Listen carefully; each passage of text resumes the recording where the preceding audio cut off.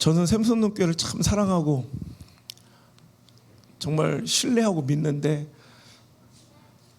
우리 샘선동교회는 저를 안 믿어주시는 것 같아요. 근데 올 때부터 걱정이 되었거든요. 제가 이미 몇 년 전부터 계속 요 샘선동교회 일정이 픽스돼서 계속 거절한 집회들이 있어가지고, 그래서 한 교단의 연합성에 또 금남교회 뭐 수련회 뭐 이렇게 해서 계속 몇 년째 지금 제가 거절했던 집회들 때문에 이미 7, 8월에서 9월까지 꽉 다 차 있어서 어디 하나도 정말 드릴 수 있는 시간이 없어서, 그랬더니 우리 최 목사님이 안 믿어 주셔가지고 그래서 제가 10월 달에 오기로 했고요.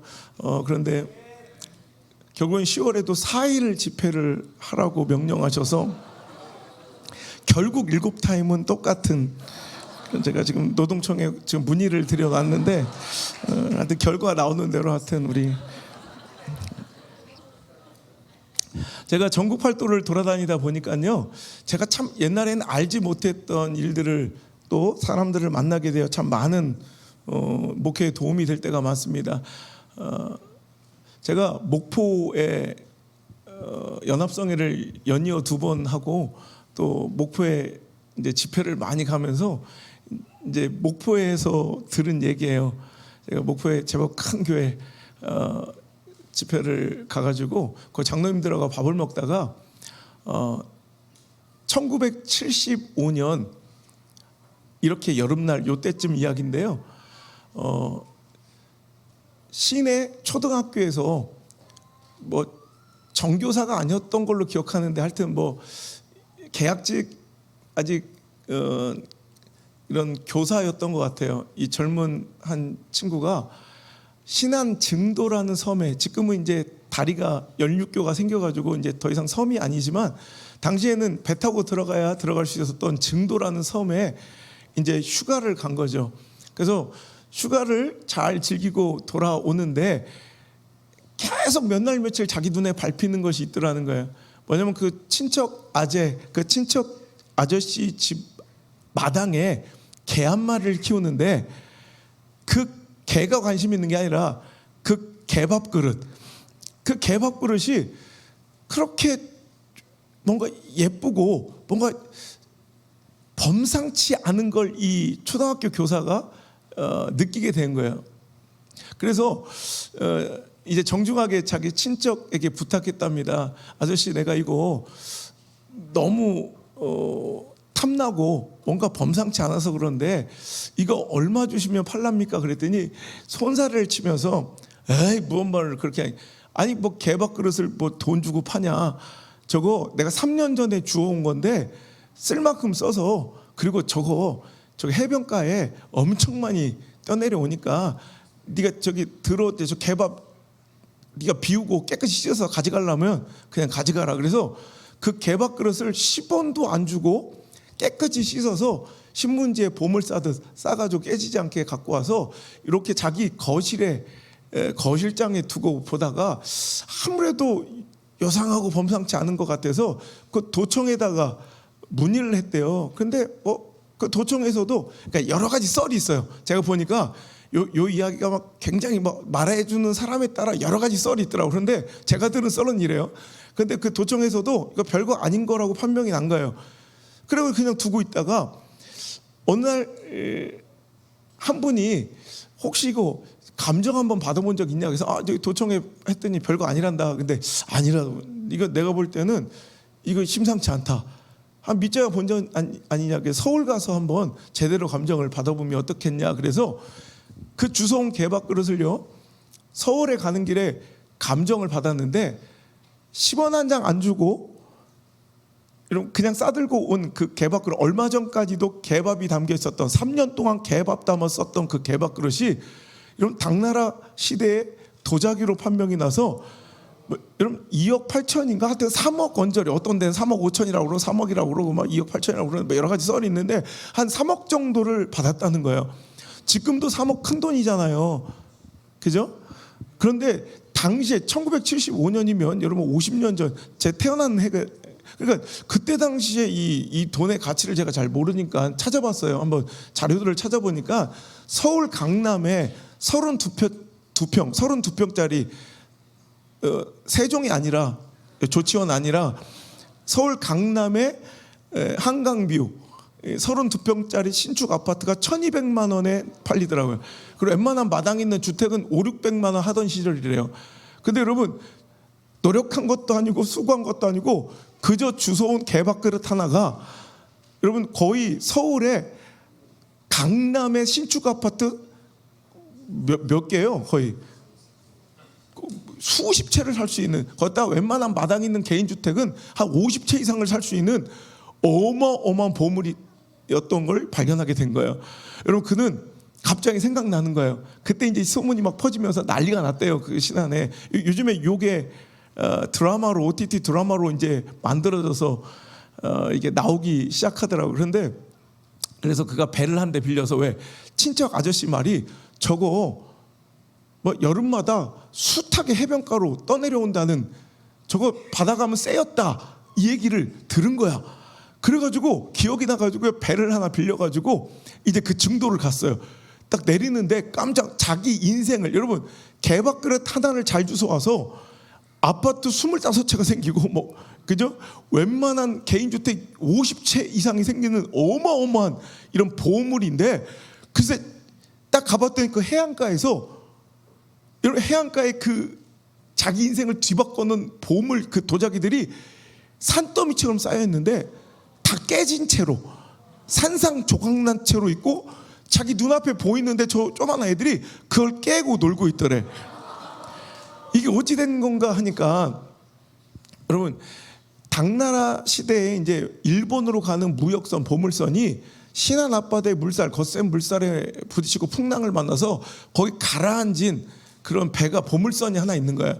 근데 태풍이 불고 여름날에 그 태풍이 불면 그 바다 밑바닥에 이제 침몰되어 있는 보물선에 이 도자기들이 자꾸 부유물로 떠올라서 해안가로 떠내려왔던 거예요. 수백 년 동안. 근데 신안 증도에는 어떤 미신과 풍습이 있냐면요, 바다에서 떠내려온 물건은 함부로 집에 들이지 마라. 왜냐면 거기에 귀신이 따라온다고 생각을 해요. 여러분 그건 신안의 그 증도의 이 장례 풍습을 이해하셔야 되는데, 바다에다 수장하는 문화가 있었던 옛날 그 수장 문화에서 그 먼 저승길 가는데 필요할 거라고 꼭 그릇이나 이런 자기 쓰던 이런 생필품들을 그릇과 함께 이렇게 그 시체와 함께 수장했던 풍습 가운데, 거기서 떠내려온 웬만한 그릇이나 물건들은 대부분 망자, 죽은 자의 것이야. 그러니까 그것들을 갖고 오면 거기에 그 망자의 혼, 귀신이 함께 따라 들어온다. 그래서 절대로 바다에서 떠내려온 물건은 집 안으로 들이지 않아. 만약에 그 귀신이 따라 들어온 그 물건을 함부로 들이면 뭐 집안이 홀딱 망하거나 큰 우환이 있거나 사람이 죽어나간다는 이런 미신이 있는 거야. 그러니까 사람들은 떠내려온 그 그릇이 아무리 알록달록하고 이뻐도 그것을 함부로 집안에 들이지 못한 채 수백 년 동안 자기 아버지 때부터 계속, 어찌 보면 이 기회 하나를 잡았으면 여러분 인생이 뒤바뀌고 여러분 역사적인 현장이 될 수 있는 그 보물들이 매년 해년마다 떠내려왔지만, 그들 이것을 쓸모없게 그냥 스트레스를 푸는 깨트리는 용도나, 아니면 기껏 그걸 소중하게 생각해서 그나마 그래도 유용하게 가치 있게 사용한 게 개밥그릇이야. 여러분 그 소문이 자기들한테만 났겠습니까? 국가에서 이제 그 소문을 듣고요, 1976년부터 9월 달인가부터요, 이제 아주 9년 동안 대대적인 인양 작업을 펼쳐서 아무도 이제 거기 못 가게 하고, 9년 동안 인양한 모든 이 보물 도자기들과 그 선체 일부까지 인양해가지고 지금 목포에 가면 국립자연사해양박물관이라는 그 큰 박물관이 있는데, 거기 가면 선체 일부와 거기서 이제 이양한 그런 그릇들이나 도자기들이 아직도 전시되고 있어요. 여러분 저는 이걸 보면서 야, 얼마나 안타까울까. 자기들에게 기회가 없었던 게 아니라 수많은 기회가 왔었던 거예요. 엄청난 기회가 오히려 누구보다도 먼저 수도 없이 반복해서 왔었던 거예요. 근데 그들은 이 가치를 알지 못해서 그냥 다 산산조각 내버리거나, 아니 내 인생을 뒤집어 내 자손만대를 잘 살게 할 수 있어 어마어마한 이 보물을 기껏 개밥 담는 용도로 사용하며 기뻐했다는 거예요. 여러분, 혹시 여러분의 가정에도 여러분의 인생에도 이런 일이 있지 않을까요? 목사님, 그럴 일은 절대 없습니다. 우리 집 개밥그릇은 뭐 스텐입니다, 뭐 플라스틱입니다, 이런 얘기하면 안 돼. 지금 개밥그릇 얘기하는 게 아니라 오늘도 내 삶 중에 실제로는 어마어마한 보물로 하나님께 나에게 주신 기회인데, 그것을 알지 못한 채 우린 그 기회를 산산조각 내버리고, 혹은 그 허접한 말도 같지 않은 개밥 같은 것을 담는 용도로 그 귀한 보물과 선물을 사용하고 있는 자들은 없느냐는 거예요. 오늘 여러분, 오늘 말씀에 세월을 아끼라, 때가 악하니라, 우리에게 주신 이 인생, 우리 삶, 이 세월이 여러분 너무너무 소중한 보물인 줄 믿습니다. 이걸 산산조각 내고 깨트려 버리며 여기에 참 가치 없는 것들을 담아가는 우리들의 인생이 없는가? 여러분, 대만에서 몇 년 전에 있었던 일이죠. 자기를 키워준 할머니가 너무 감사해서 어린 시절 부모님보다 그 할머니 손에 자랐던 대학생이 할머니한테 호강 한번 시켜드리고 싶은 거야. 그래가지고 정말 열심히 아르바이트를 해서 우리 할머니 맨날 그냥 막 거지같이 명품 한번 못 사고, 우리 할머니, 내가 진짜 할머니 돌아가시 전에 명품 하나 사드리겠다. 그래서 아르바이트를 겁나 열심히 해가지고요, 그 루이비통에 쇼퍼백 있죠, 한 150만 원 정도 하는 거, 그걸 사다 드린 거야. 너무 자기는 뿌듯한 거야. 그래가지고 할머니, 내가 사준 가방 잘 들고 있지? 근데 아우 뭐 그럼 그거 아주 질기고 방수도 잘 돼서 시장 가서 생선 담으니 제격이라고. 루이비통이 뭔지도 몰랐던 그 할머니는 명품 가방을 사드렸더니 거기다 생선을 담았까 시장을 왔다 갔다 했던 거예요. 여러분, 우리 인생에 정말 너무너무 소중한 것에 너무 하찮은 걸 담고 있는 우리들의 모습은 아닌가. 여러분, 벌써 어하다 보니 한 해의 반절이 지나가 버렸어요. 여러분, 2025년이 시작된 게 엊그제 같지 않아요?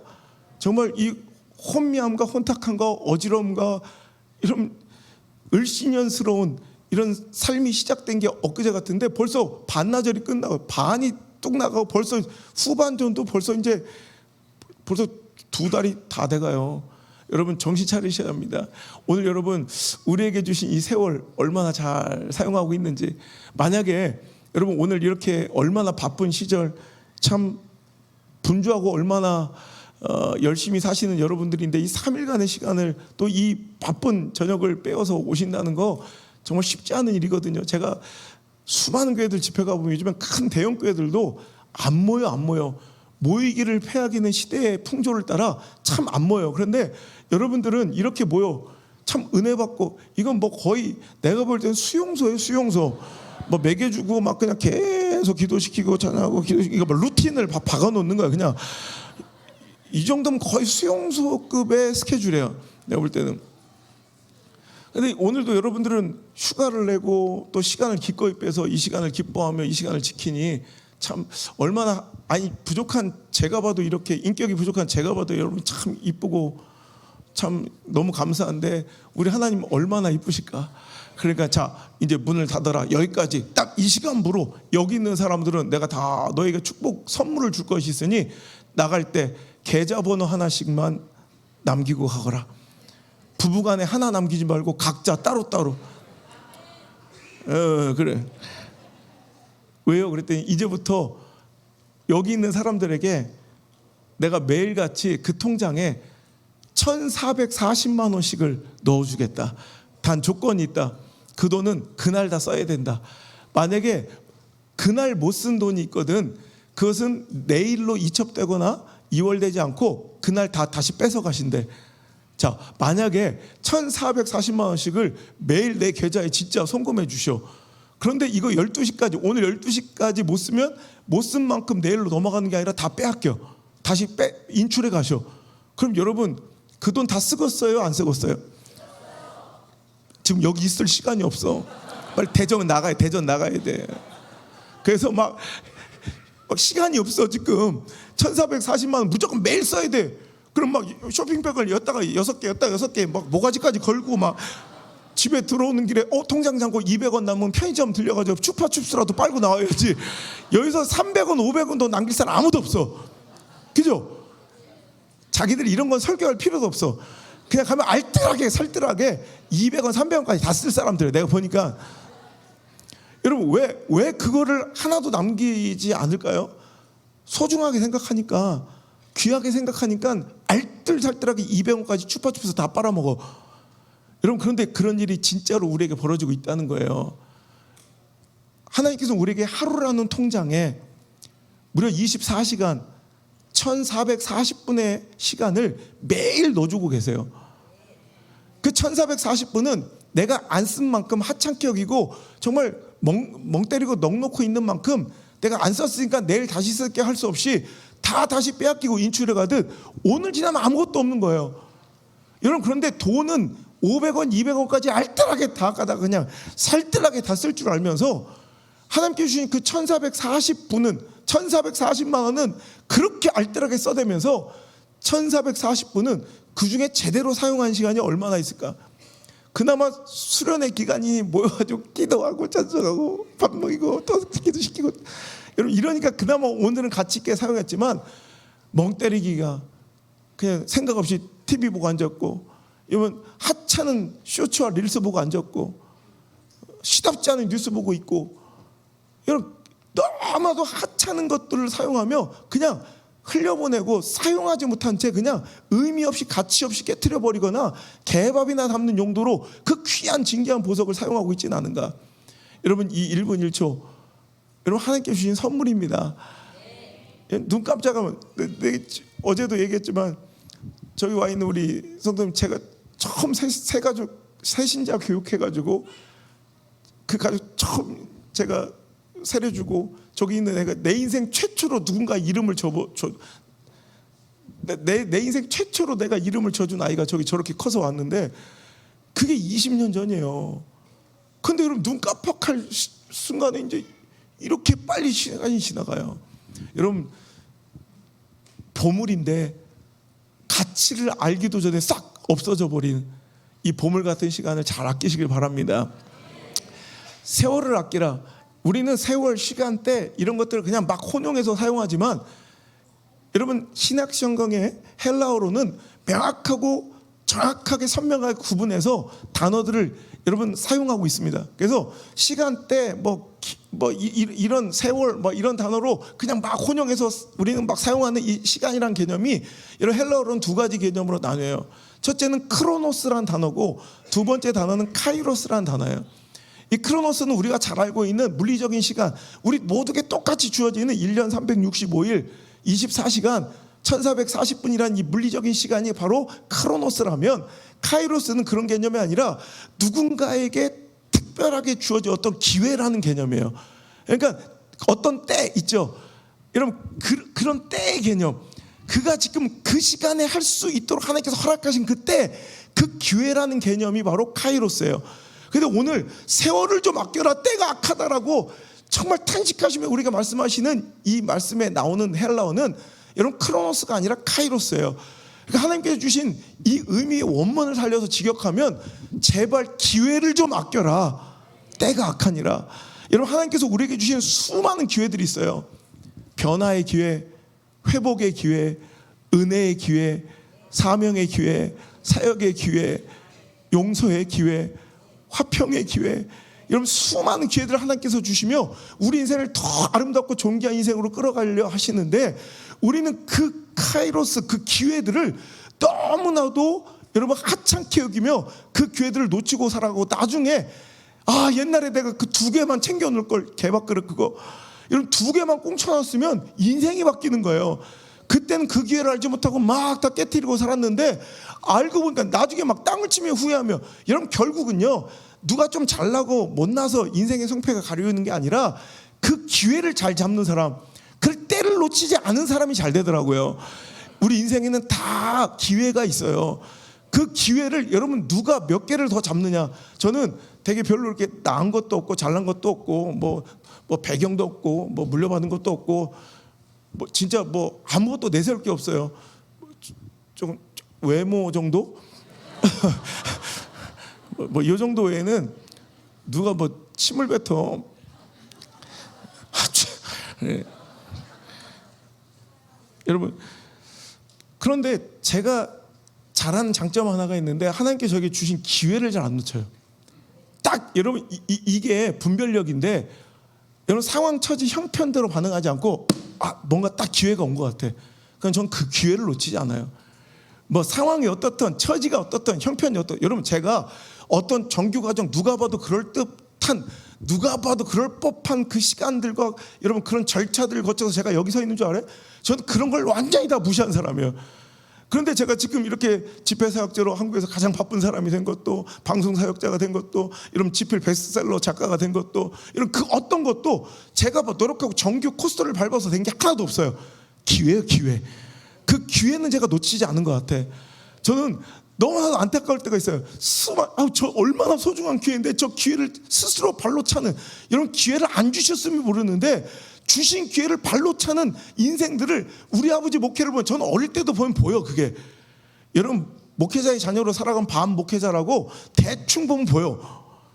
관상도 대충 보면 알겠고, 이제 그러면 어린 나이도 저 사람 저거 중요한 때인데, 저 사람 저 중요한 기회인데, 그걸 없어서 망하는 인생이 아니라 제가 볼 때 숱한 기회를 지 스스로 발로 차버리고, 여러분 여리고성을 박살낼 기회, 홍해의 기적을 볼 기회, 복의 근원이 될 기회, 여러분 요셉처럼 회복과 역전을 이룰 기회, 여러분 수많은 하나님의 영광의 자리에 설 수 있는 기회가 있는데도 불구하고 그때 마귀한테 넘어져서 시험 들어서 그 기회를 발로 차버리고 깨트려버리는 인생들이 너무 많더라고요. 올 여러분 샘선님께 제가 어떤 말씀을 마지막으로 전할까 막 고민 기도하다가 정말 이것만큼은 꼭 전하고 가야겠다. 실제 원래는 올 때 여러분 느끼셨을지 모르겠지만 여기가 오늘이 이번이 마지막이다라는 생각을 했어요. 그래서 이걸 딱 전하고 저 멋지게 이제. 그런데 여러분, 여러분 우리 안에 얼마나 많은 기회가 여러분 알지도 못할 때 지나는지 몰라요. 이 청춘, 이 젊음들. 하긴 그런 말이 있대. 청춘이 얼마나 소중한지 몰라야 그게 청춘이래. 나이 든 분들 막 아멘하고 난리, 고개가 막 그냥 차에 붙여놓은 개인형 마냥 막 엄청. 젊음의 소중함을 모르는 게 젊음이래. 우리는 그걸 알 때쯤 되면 이미 사고가는 거예요. 젊은 애들을 물어봐요. 내 젊음이 얼마나 좋은지 알아? 그러면 됐거든요.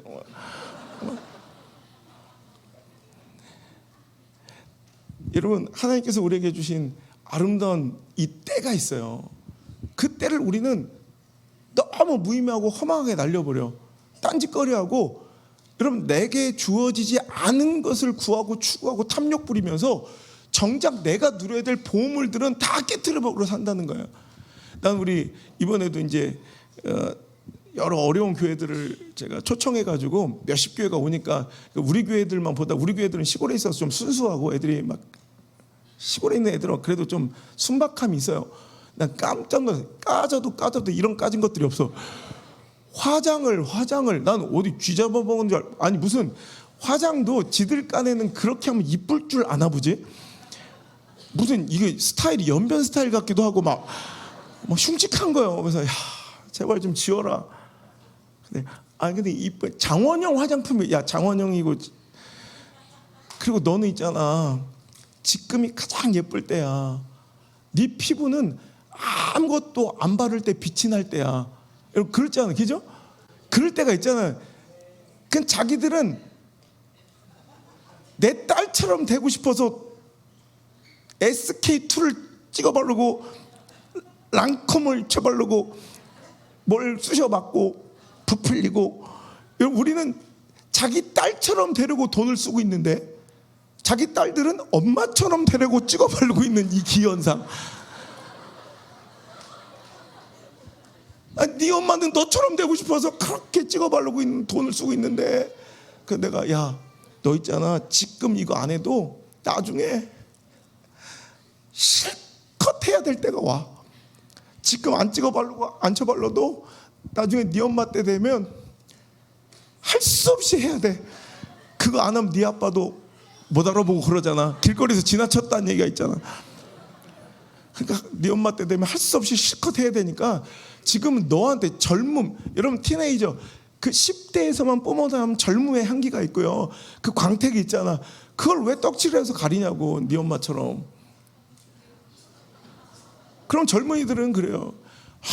뭔가를 해보고 싶어도 우리는 돈이 없고 막 기회가 없대. 난 그럼 가슴 아픈 거야. 야, 그럼 돈 많은 젊은 애들이 어딨냐? 청춘은 원래 가난한 거야. 하대신 뭐가 있어요? 건강한 팔다리가 있고 무엇이든 도전할, 무엇이든 꿈꿔도 되는 기회가 있잖아. 뭐 자기들이 뭐 지금 꿈꾼다고 영부인이 될 거예요? 뭐가 될 거예요? 근데 쟤들은 영부인을 꿈꿔도 돼. 뭘 꿈꿔도 돼. 여러분 이 특권이 있으면 그 꿈을 가지고 이런 그 건강한 팔다리 가지고 무엇해도 도전. 그리고 어차피 잃을 것도 없는 인생들 그렇죠. 뭐 뺏길 것도 없고 털릴 것도 없을 때 저 탄자니아 이런 데도 가보고 막 그냥 남미도 여행하고 유럽도 그냥 돌아다니고. 여러분 그게 청춘이야. 잃을 것도 없어서 건들지도 않아. 강도들도요, 저 같은 사람 가면 확 달라붙어서 막 털라고 그러지만 여기 가보면 별거 없겠다 싶어서 오히려 에스코트 해주는 애들도 있어요. 그런데 젊을 때는 아무것도 없다고 돈이 없다고 투덜거리면서 그 세월을 다 보내버리더니 이제 여러분 30, 40대 이제 경제적 주축 세력이 되면 돈은 많이 벌어. 돈은 버는데 이런 돈은 있는데 그때는 또 뭐가 없어? 시간이 없어요. 어디 뭘 좀 돌아다니고 그러고 싶어도 시간이 없어서 못해. 그럼 또 시간이 없다고 투덜거려. 그때 이제 노인이 되잖아. 돈도 있고 시간도 돼. 근데 뭐가 안 돼? 체력이 안 돼. 체력이. 그러니까 맨날 없는 것 따지다가 오늘 주신 것을 누리지 못하고 살아가는. 그러다 여러분 황혼역이 돼요. 진짜 그때가 좋았구나. 그게 보물이었구나. 여러분 결국 인생의 성공은 뭐냐면 아까 루틴도 중요하지만 진짜 중요한 건 이 가치를 빨리 알아차리는 사람이 성공하는 거예요. 저는 참 안타까운 게 내 주변에 참 어른이 없었다는 생각을 해요. 거의 우리 세대가 다 그랬어요. 진짜 어른이 잘 없는 거야.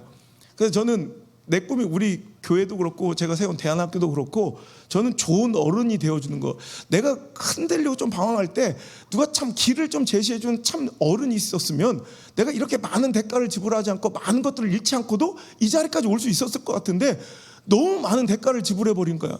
그래서 난 누군가에게 좀 이렇게 길을 좀 제시해준 진짜 어른이 되고 싶다. 그게 제 꿈이에요. 근데 참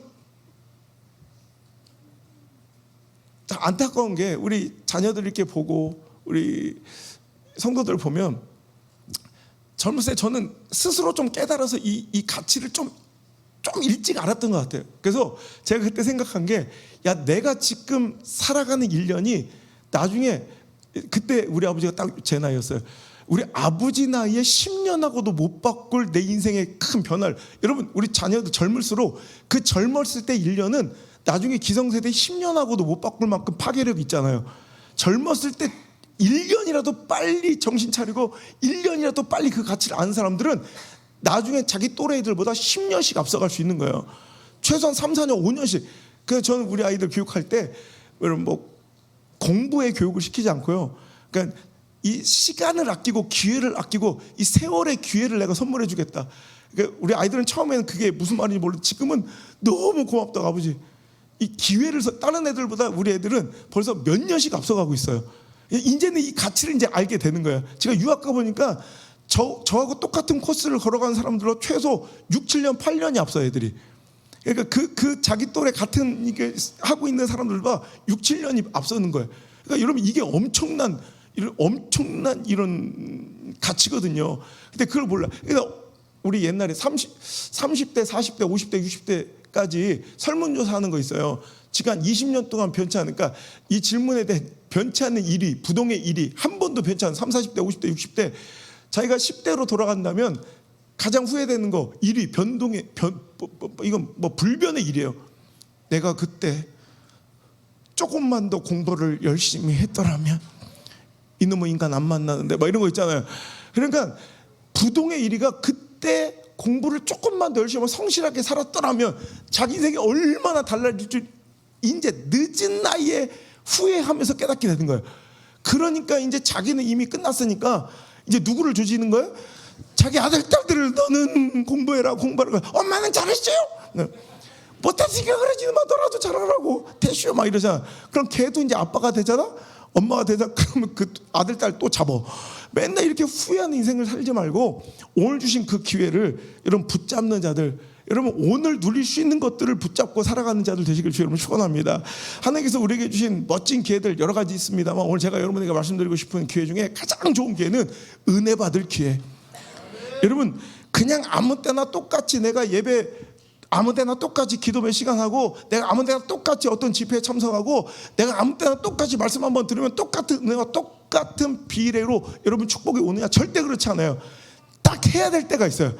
해야 될 때 해야 되고 순종도 해야 될 때 해야 되고 기도도 딱 해야 될 때 해야 되는데 여러분 농사를 내 상황에 맞춰서 하지 않는 것처럼 딱 해야 될 때 해야 축복의 열매가 맺히는데 여러분 고린도후서 6장 2절에도 이르시되 내가 은혜 베풀 때 너에게 듣고 구원의 날에 너를 도왔다 하셨으니 보라 지금은 은혜 받을 만한 때요 보라 지금은 구원의 날이로다.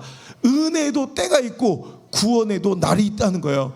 여러분 이것을 놓쳐버리면 안 되는 거예요. 여러분 인생에서 잘 된 사람들을 보면 노력과 성실의 양이기도 하지만 그것이 미치는 영향은 굉장히 제한적이에요. 여러분 열심히 노력하고 성실히 하는 것의 분량의 비례로서 모든 축복이 오는 게 아니라 노력 아무리 하고 성실하게 아무리 살아도 여러분 안 되는 사람이 있어요. 그러니까 예를 들어서 안타까운 건 노력의 총량은 저보다 1000배가 많아. 그러니까 여리고성을 무너뜨려야 되는데 노력의 총량 여리고성을 도는데 6바퀴 반만 돌다 집에 가. 그것도 6바퀴 반, 그러니까 총량을 하면 한 600바퀴 돈 사람도 있어요. 그런데 여러분 딱 돌아야 될 때 7바퀴 돌을 때 무너지는 거지. 여러분 그 기회라는 게 있어요. 근데 오늘 우리는 이 은혜의 때를 소중하게 생각하지 못하는 사람들이 특히 이 마지막 때가 오니까 모이기를 패하는 이 편리주의와 편의주의의 신앙이 판치를 치면서 이제 이 은혜를 가치없게 생각하는 거예요. 그냥 아무 때나 유튜브 틀어서 내가 설교 들으면 되지. 아 내가 그 동영상 뭐 내려서 다운로드해서 운전하다 들으면 되지. 여러분 절대 그렇지 않아요. 그 시간에 역사하실 하나님의 때가 있는 거예요. 그러니까 옛날에는 그 은혜를 사모하면서 너미 교회 부흥을 해도 경기를 타고 막 달달달달하고 가지고 그냥 눈치 봐가면서 여러분 옛날에는 너미 교회 성도들은 부흥하면 아 우리 교회 앉을 자리도 없는데 막 아이고 미안해요. 그러면서도 이렇게 픽스된 의자도 없어요. 그냥 여기 자부동 깔고 앉는 게 그 자기 자리야. 그러면 사람들이 앉아서 쫙 하면 최대한 옛날에 그런 말이 있어요. 금자리라고 강사의 침이 튀기는 자리를 가장 금자리라고 그래서 막 쫙 앉아 있는데 은혜 받고 싶은 욕망과 열정에 박 권사님 막 엉덩이를 비비면서 가가지고 여기를 막 끈기 앉아 막 싸움질하고 막 여기 앞에를 막 금자리 어떻게든 뭐 다 앉아 있는 것 같아도 이런 의자가 아니니까 비비고 앉아서 또 엉덩이 대면 또 거기가 또 자리가 되는 거예요. 그러니까 그 욕을 먹어가면서도 그 자리에 앉으려고 얼마나 애를 써도 앞으로 나오려고 여기는 은자리 저 뒤는 동자리 전 똥자리 막 그래서 옛날에 막 그랬어요.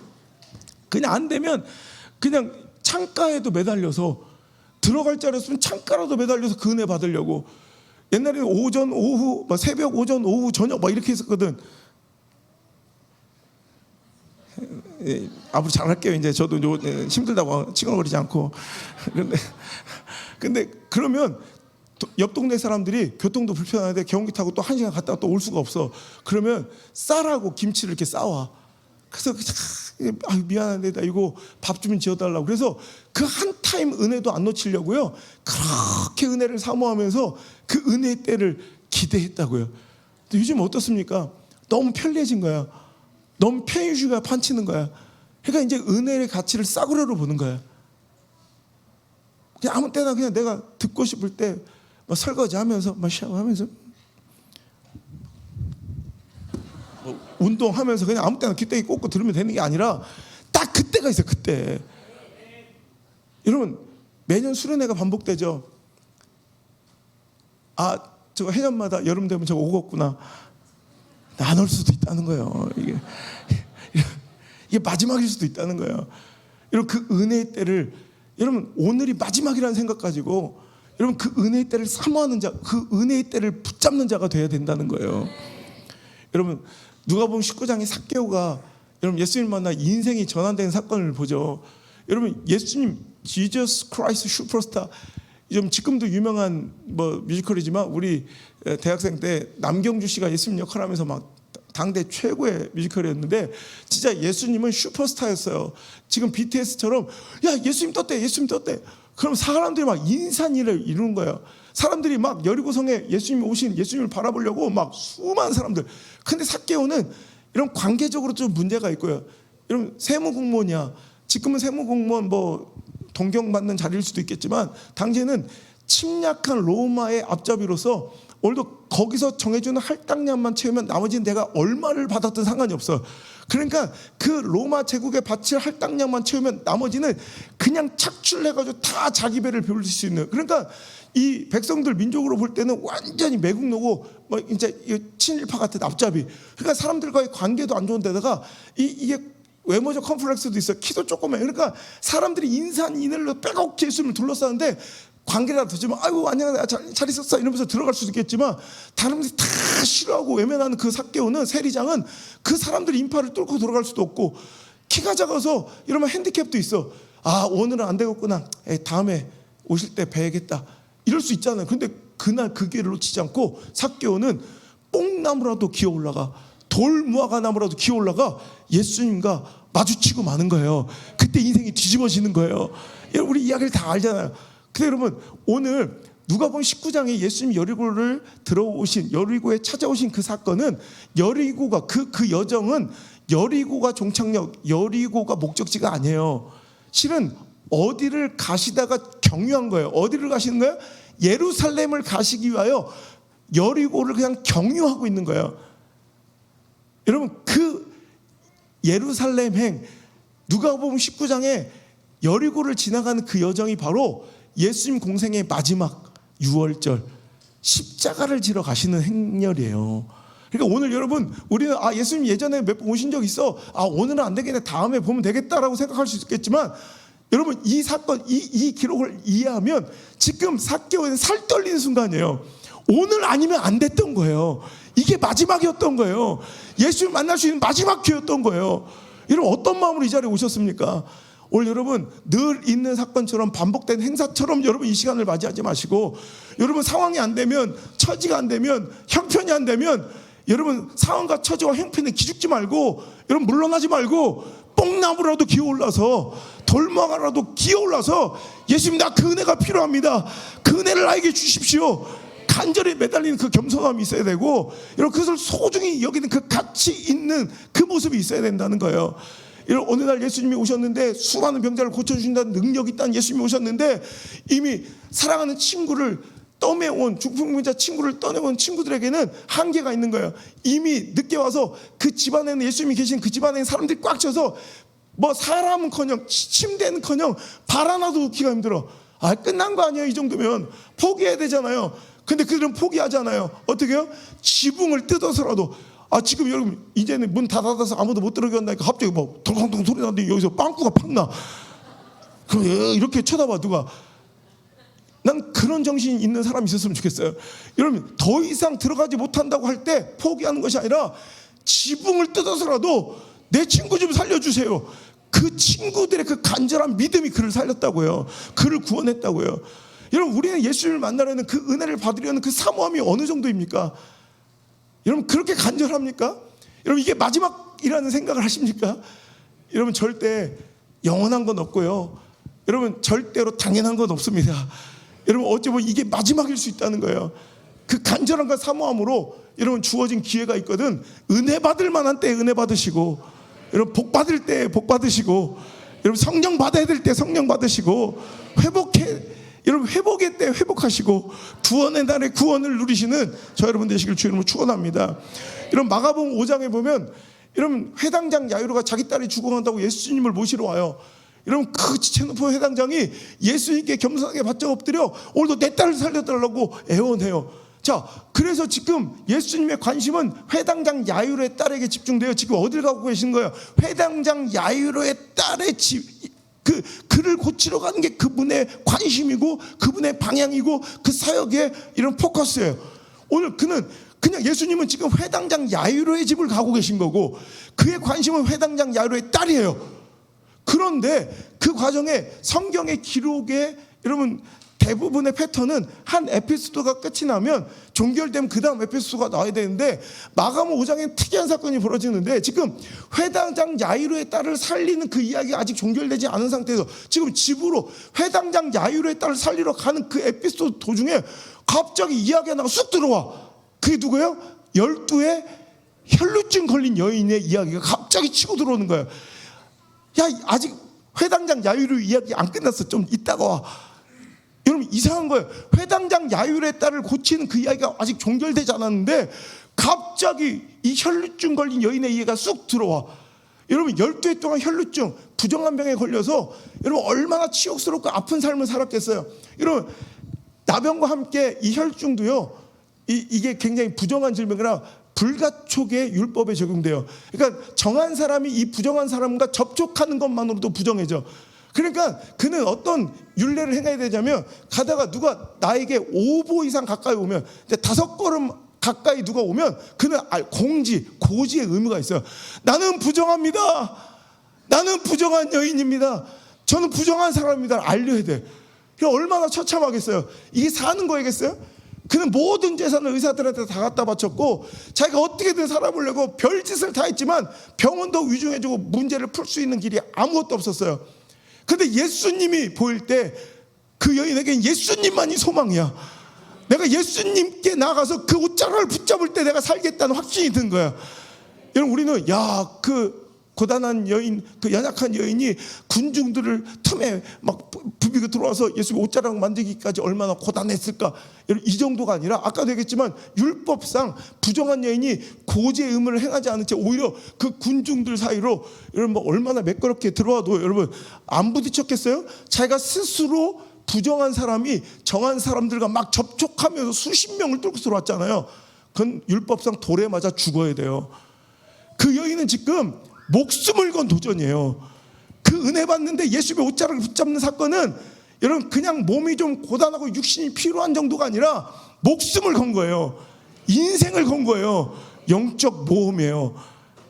그만큼 가치 있다고 여겼고 그만큼 확신이 있는 거예요. 여러분 그만큼 가치가 있습니까? 그만큼 확신이 있습니까? 그런 자에게 하나님은 역사하시고요.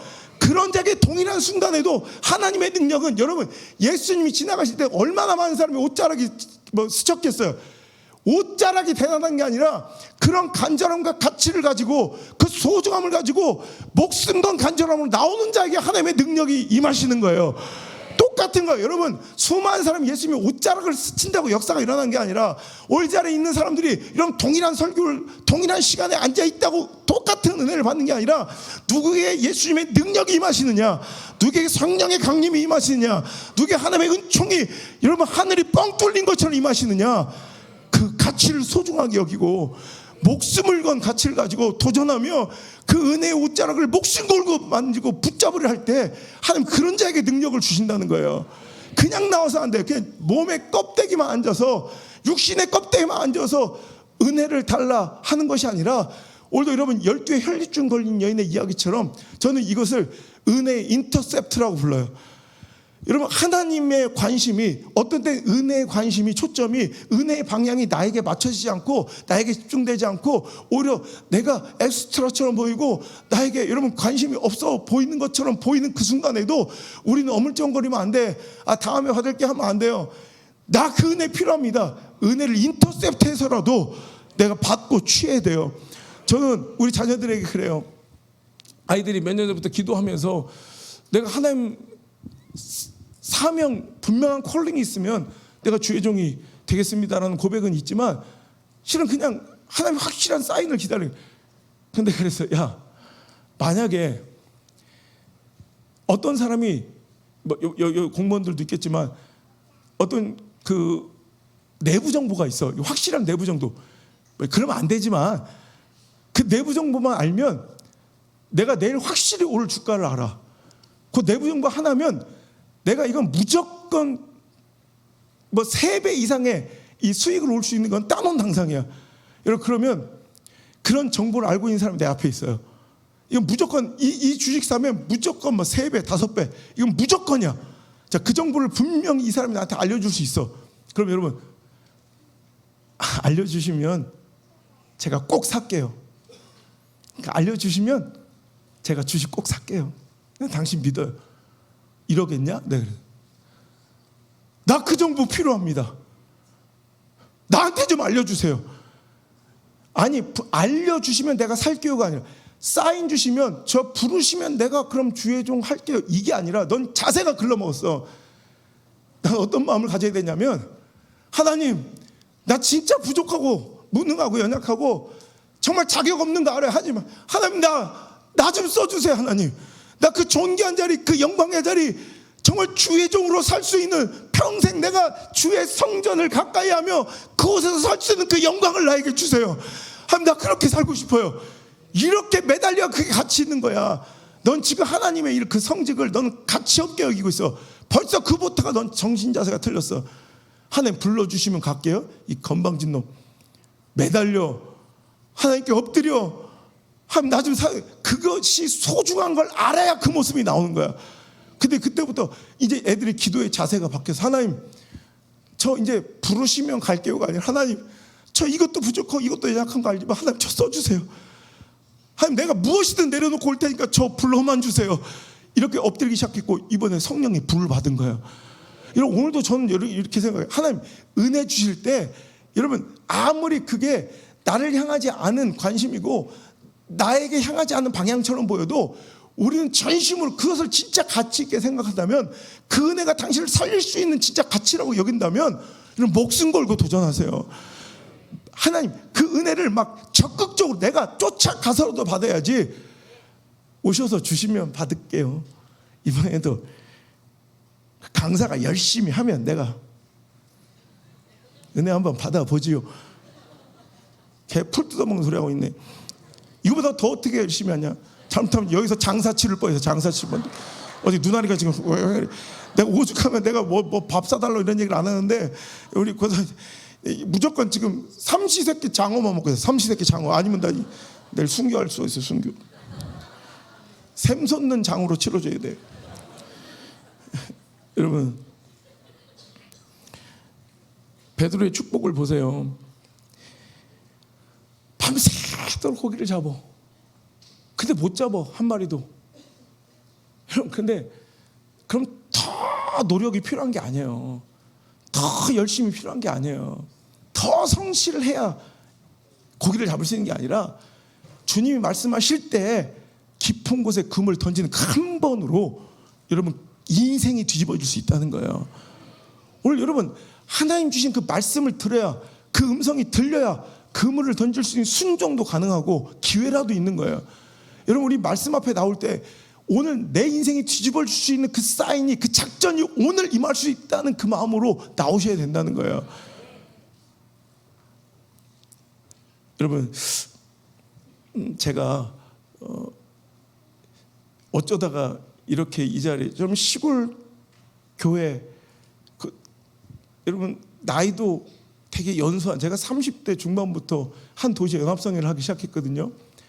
지금 15년 동안 매일같이 하루는 빼놓고 막 집회를 하면 몇 년씩 일정이 밀리는 이유 제가 어떻게 이렇게 살게 제가 샘선동교회 이렇게 오게 되고 이런 우리나라 최고의 그 대형교회들이 몇 년씩 기다리면 얼마 전에 그 모 대형교회 우리나라에서 3대 교회 중 하나 지금까지 교회 역사상 그 아버지 목사님부터 아들 목사님까지 역사상 3번 이상을 연속해서 이렇게 청한 강사는 지금 역사상 처음인데 그것도 거절한 놈은 제가 또 더 처음이래. 그래서 사역자들 사이에서 막 이슈가 됐었대요. 여러분 제가 이야기를 저는 우리 옛날 성도들도 있지만 저는 아무것도 아닌 시골교회 정말 철학이 그지없는 그 시골교회 이제 젊은 30대 이제 목사였어요. 성도 몇 명 없는. 그러니까 저는요 어디 이렇게 돌아다니질 않아요. 뭐 친구도 없고 뭐 어디 돌아다니는 것도 싫어하고 뭐 사람 만나는 걸 세상에서 제일 싫어하고 저는 그냥 소원이 있다면 누가 죽을 때까지 집사람이 뭐 피아노 학원 좀 피아노 잘 치니까 피아노 학원 하면서 내 서재에 밥만 넣어주면 1년 내내 안 나올 수도 있어. 그냥 밥만 넣어주고 똥만 싸러 가면 나는 그냥 평생에 책만 보고 그냥 살았으면 좋겠어. 그러니까 저는 어디 돌아다니고 우리 교단에 회의도 안 가고 뭐 친구도, 그러니까 성도들이요 막 뭐라고 해. 목사님은 어디 갈 때 맨날 교회만 있냐, 친구도 없냐, 뭐 뭔가 맨날 감시당하는 것 같고 우리도 숨통이 좀 트여야 되는데 너무 다 갑갑하다 그래요. 뭐 어디 안 간다고 또 그러면서 막 용돈을 쥐어주면서 어디라도 나갔다 오라고 막 뭐 갈 데가 어디 있어. 저 운전도 싫어하고 뭐 어디 돌아가는 거 싫어하니까 그러면 돈은 받았지 안 받을 수는 없잖아. 돈은 받으니까 갈 데 가서 얼마 없겠냐면 그 옆에 저 골프도 그때는 못 칠 때는 뭐 골프 치지 얼마 되지 않으니까 그때는 골프가 뭔지도 몰랐는데 골프 옆에 리조트가 하나 있어. 근데 그게 그나마 10분밖에 15분 뭐 이렇게 거기에 골프도 안 치는 놈이 그 호텔 골프 안 치면 거기 올 일이 없는 그 숙소에 몽쉘 통통 3박스 3-1 패키지 그리고 사발면 한 박스를 가지고 들어가서 책 30권 가져가서 이제 일주일 내내 책만 읽고 이제 어디 갖다 놔야 돈을 받았으니까 그러고 살았다고. 그러니까 저는 어디 나가 우리 교회는 부흥회도 안 해봤고 세미나도 없어요. 저는. 근데 제가 이제 몸이 좀 안 좋아서 1년에 2번씩 이렇게 쓰러졌다고 이제 수술 후유증이 있어가지고 그러면 꼼짝도 없이 누워가지고 그냥 할 수 없이 병원 신세를 져야 되는 거예요. 그러니까 어느 날 제가 갑자기 너무 몸이 안 좋아서 쓰러졌는데 이제 검사를 해보니까 제 몸 상태가 엉망인 거예요. 이 면역력이나 이 밸런스가 다 무너져서 그 의사 선생님 말씀이 목사님 지금 목사님 상황이 이 어린 나이에 뭐 이렇게 몸을 학대해가지고 지금 목사님 상황이 80대 노인 수준도 안 됩니다 이러는 거야. 목사님 이러다 죽습니다. 그래 완전히 모든 게 다 무너졌다는 거야. 그러니까 노인인데 그때 그분의 이제 지시가 뭐냐면 저 책 다 뺏어라. 그 책 다 압수하고요. 면회 사절을 딱 붙여주더라고. 성도들도 못 오게 하고 저는 책도 뭐 설교 준비도 하지 말래. 그냥 이번엔 깜짝없이 쉬고만 있어요. 그래야 산다고. 그러면서 책을 다 뺏어 가신 거예요. 그러니까 저는 이제 병원에 입원하면 또 좋은 게 책 몇 권 가서 이제 공식적으로 누워만 있을 수 있잖아요.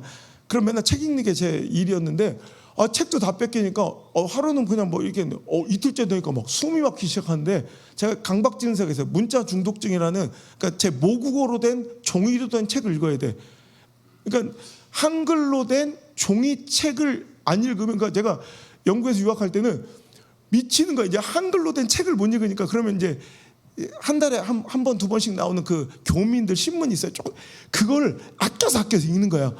뭐 그거 안 하면 죽는. 그러니까 만약에 책을 안 읽으면 종이로 된 책을 안 읽으면 한글로 된 책을 안 읽으면 뭐랄까 뭐 아무 일도 없는데 뭐 공황장애처럼 숨이 안 쉬어지고 막 뭐랄까 막 죽을 것 같은 막 이런 공포가 와요. 물론 자기들은 잘 살다가도 뭐 숨만 잘 쉬어지고 막 잘 살다가도 책만 읽으면 막 가슴이 막 옥죄이고 막 숨이 안 쉬어지고 막 죽을 것 같은 사람도 있을 거예요. 창조 질서가 다 다른 거니까 어쩔 수 없고. 제가 미치겠더라고. 그래서 안 돼서 집사람한테 몰래 연락을 한 거예요. 여보, 나 이러다가 병 때문에 죽는 게 아니라 이거 숨 막혀 죽겠다고. 나 빨리 책 좀 한 거 갖다 줘. 그랬더니 의사 선생님이 뭐라고 막 강하게 얘기하셨는지 집사람 선뜻 책을 못 가. 의사 선생님 반대하셔서 안 된대. 그럼 어떻게 나 답답해 죽겠는데. 그랬더니 잘 고민하다가 그 국민일보 있죠. 국민일보에 미션 칸 있죠. 미션 한 4장짜리 있어요. 그거를 전체도 안 갖고 오고 미션란만 4장을 이렇게 막 꺾이게 접어가지고 그래서 안표 장사 마냥 근데 나한테 막 수해주면서 아껴서 읽어요. 그리고 막 도망치는 거야. 다시는 안 갖고 올 테니. 저한테 너무 행복한 거예요. 그래서 그거를 얼마나 아껴서 읽었는고 얼마나 진짜 그래서 그랬는지 참 희한한 건요. 저한테는 어디 부흥회 어떤 집회 관련 광고, 세미나 이런 건 저한테 쓰레기 같은 정보였어요. 저는 그런 거에 관심도 없어요. 우리 아버지도 부흥회를 안 하셨고 목회 현장에서 저도 부흥회를 별로 우리 교회도 좋아하지 않아서 지금까지 부흥회를 안 해요. 그러니까 저한테는 그런 게 별로 관심이 없는 영역이니까 다 스킵해 버린다고 쓰레기 정보야. 근데 희한한 건 아껴서 읽어서 그랬는지 그날따라 평소엔 보지도 않고 넘겨버릴 건데 그 밑에 국민일보 5단 광고 있잖아요. 그 밑에 5단 광고가 실렸는데 그때 뭐냐면 목회자를 초청하는 무료 이제 목회자 세미나인데 그게 또 우리가 가까운 부산에 포도원 교회에서 열린다는 그 이제 광고인데, 목사님들을 초청합니다. 막 크게 부흥한 교회들 이렇게 모여서 목사님들이 하나님의 살아가신 그 부흥의 역사의 현장을 생생하게 증언합니다. 뭐 이런 광고예요. 평소 같으면 읽지도 않을 건데 그냥 이렇게 보는데 희한하게 제 마음이 꼭 하나님께서 나를 이렇게 부르시는 것 같아. 혹시 여러분 이번 수련회 때 그런 느낌으로 오신 분 없습니까? 하나님이 나를 부르시는 것 같아. 나를 찾고 계신 것 같아. 없나 보네. 꼭 진짜 이 느낌을 어떻게 설명해야 될지 모르겠는데, 하나님이 나를 그 광고를 보는데요, 하나님이 나를 부르시는 것 같아. 그 강한 그 느낌과 확신에 제가 어떻게 했냐면, 그 의사 선생님 회진도 오실 때, 저 선생님 제가 그날이 4월 2일이 그 세미나는 아직도 기억해. 제가 4월 2일 날 중요한 일이 있어서 그런데 외출 좀 나갔다 오면 안 되겠습니까? 했더니 버럭 화를 내면서, 아니 지금까지 내 말을 뭘로 듣는 거야? 당신 지금 몸 상태가 진짜 이러면 안 된다고 막 그러면서 확 화를 내. 지금 영양제 맞고 가만히 누워 있으라는데 뭐 이렇게 좀 말도 안 돼. 뭐 한대 그래요? 저기 세미나를 좀 가서 말도 안 되는 소리 하지 말라고 막 화를 내고, 그 정도로 제가 몸 상태가 안 좋았던 거예요. 의사 선생님이 저를 이제 아끼고 사랑하셔서 이제 그렇게 화를 내시고 나가시고, 그러니까 저는 이제 포기를 했죠. 저는 거기 못 가는 거야 이제. 그리고 받아들였어. 그런데 정작 4월 2일 날 아침에 왔어요. 새벽에. 그러니까 잠이 안 와서 일찍 깼는데, 오늘 당일이야 4월 2일. 그날 이제 새벽에 이제 혼자 병실에서 기도하고 있는데, 그 새벽에 어떤 마음이 드냐면요, 뭔지 실체를 몰라. 뭔지 잘 모르는데 어마어마한 하나님 역사가 내 옆을 이렇게 지나가. 실체는 몰라. 이게 뭔지 확인을 못해. 그런데 엄청난 하나님 뭔가 역사가 내 곁을 이렇게, 내 삶을 이렇게 지나쳐 가시는 거예요. 그 이거 내가 확인 안 하면, 내가 이거 붙잡지 않으면 평생에 이게 뭔지도 모르고 살 거고, 평생 뭔지도 모르고 후회하고 살 것 같다. 내가 이거 확인해야겠다. 내가 이거 붙잡아야겠다. 그때 갑자기, 여러분 왜 그때 그 책이 오프라 윈프리의 자서전 중에 뭐 이런 얘기가 있어요. 네가 언젠가 음악이 흘러나오는 그 바에서 네가 앉아 있는데 뭔가 흥이 나. 나 춤 출까 말까 이런 고민이. 글로리 같으면 막 죽었지 하지 말래도 출 건데, 저거 돈 내고도 출 건데 근데 우리 같은 일반인들은 그 춤추기가 그렇게 막 쉽지가 않잖아요. 근데 그때 이제 그런 거예요. 오프라 윈프리가 네가 혹시 나가서 춤출까? 일어나 춤출까 말까를 고민할 때, 나는 네가 일어나 그냥 뛰쳐나가 춤췄으면 좋겠어. 그거 알아? 네가 춤출까 말까 고민하고 머뭇거리는 그 순간, 너는 아직 선택을 안 했다고 생각하는 그 순간, 그 머뭇거리고 있는 것도 네 선택이야. 이해가 되시죠? 나는, 여러분 여기서 지금 기회를 못 잡는 사람들의 대부분 변명이 뭐냐면, 하나님이 놀라운 카이로스를 못 붙잡는 사람들의 대부분의 변명이 뭐냐면, 아직 결정하지 않았다. 나는 아직 고민 중이다라는 착각을 해요. 근데 그 머뭇거림과 고민하고 갈등하고 주저하고 있는 것도 내 선택이야. 그 순간 수많은 기회들은 없어지는 거예요. 내가 그 이야기가 딱 생각나면서, 그래 난 일어나 춤출 테야. 그리고 딱 결심하고, 의사 선생님한테 얘기해봤자 그리고 의사 선생님 새벽이라 출근도 안 했고, 그래서 용기를 내서 내 팔에 꽂혀 있는 링거를 뽑아버렸어. 그리고 옷을 갈아입고 병원을 도망쳐 나왔는데, 그때 또 교회를 갈 수도 없잖아요. 사람들이 걱정하니까. 그래서 그 길로 택시를 잡아 타고 저기 지금은 이제 길이 잘 뚫려고 1시간이면 제가 지금 11년째 매년 집회 가거든요. 그러니까 지금은 한 40분 50분이면 가는데, 그때는 1시간 40분 걸렸어요. 그런데도 그거를 갔더니 너무 새벽부터 일찍 와가지고 10시부터 세미나인데 아무도 없어. 나 와보니까 그때 7시인가 막 혼자서 막 다 쳐다보더라고. 그래서 요 자리 딱 요 두 번, 그때는 지금 이제 그 지금 큰 새로 진 성전 말고 고전에 화명선전이라고 했어요. 거기 딱 이런 구조에 딱 요 자리에 앉았어요. 맨 앞에 앉아가지고 도대체 세미나 하면 뭔 소리를 하나. 내 인생 최초의 세미나예요. 목회 세미나. 한 번도 그런 데를 나가본 적이 없어. 그날 딱 가서 이렇게 앉아 있는데, 어떤 류의 세미나냐면, 그러니까 장경동 목사님, 그리고 또 꽃동산교회 김종준 목사님, 뭐 포도원교회 대형교회 소강성 목사 이런 분들 있잖아요. 뭐 그런 우리가 뭐 요한데 몇천 명이 됐고 뭐 만 명이 넘어 그러면서 하나님 살아계시나 막 이런 걸 증거하는 뭐 이런 뭐 간증 집회가 비슷한 거예요. 그런데 아침에 듣는데 남들은 그냥 이렇게 보니까 그때 목회자가 한 2,600명 왔대요. 근데 2,600명이 딱 이렇게 분위기를 보니까 그것도요. 하도 많이 다니면 면역이 생겨. 별로 이렇게 그러니까 하도 그런 걸 많이 다니니까 그냥 그러려니 하고 이렇게 들어. 나도 이게 처음이라 그런지 아무런 면역이 없어서 그런지 그게 막 얼마나 가슴이 뛰고 막 가슴이 막 터질 것 같더라고. 그 앞에서 이렇게 듣는데 막 진짜 이게 나는 이게 너무 믿어지는 거야. 하나님 살아계시면 역사가 막 믿어지는 걸 어떻게 사람들은 막 기파고 앉을 거 고파가지고 막 이러는데 나는 막 이거 어떻게 할 수가 없는 거야. 점심시간 딱 됐어요. 그래서 사람들은 막 그냥 이제 포동교에서 무료로 막 제공하는 그 식사 자리로 막 오르륵 나가. 1시까지 점심시간인데 나는 자리를 뜰 수가 없더라고요. 얼마나 눈물이 흐르는지 그날 진짜 얼마나 울었는지 이러다 이렇게 눈물을 많이 쏟으면 죽는 게 아닐까 싶을 정도로 그냥 눈물이 막 바다가 돼서 그래서 어떤 마음이 드냐면 사람들 다 밥 먹으러 가는데 하나님 저 더 이상 자존심이 상해서 여기 못 앉아 있겠습니다. 아니 나도 하나님의 살아계심을 경험한 사람이고 우리 교회도 똑같은 하나님 모시고 예배하는데 왜 맨날 하나님 살아계심의 이야기를 책에서 읽은 이야기로 너의 교회 이야기로 듣고 여기 앉아 있어야 됩니까?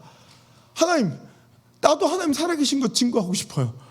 우리 교회도 하나님 살아계신 하나님이신데 나 좀 사용해 주세요. 나 좀.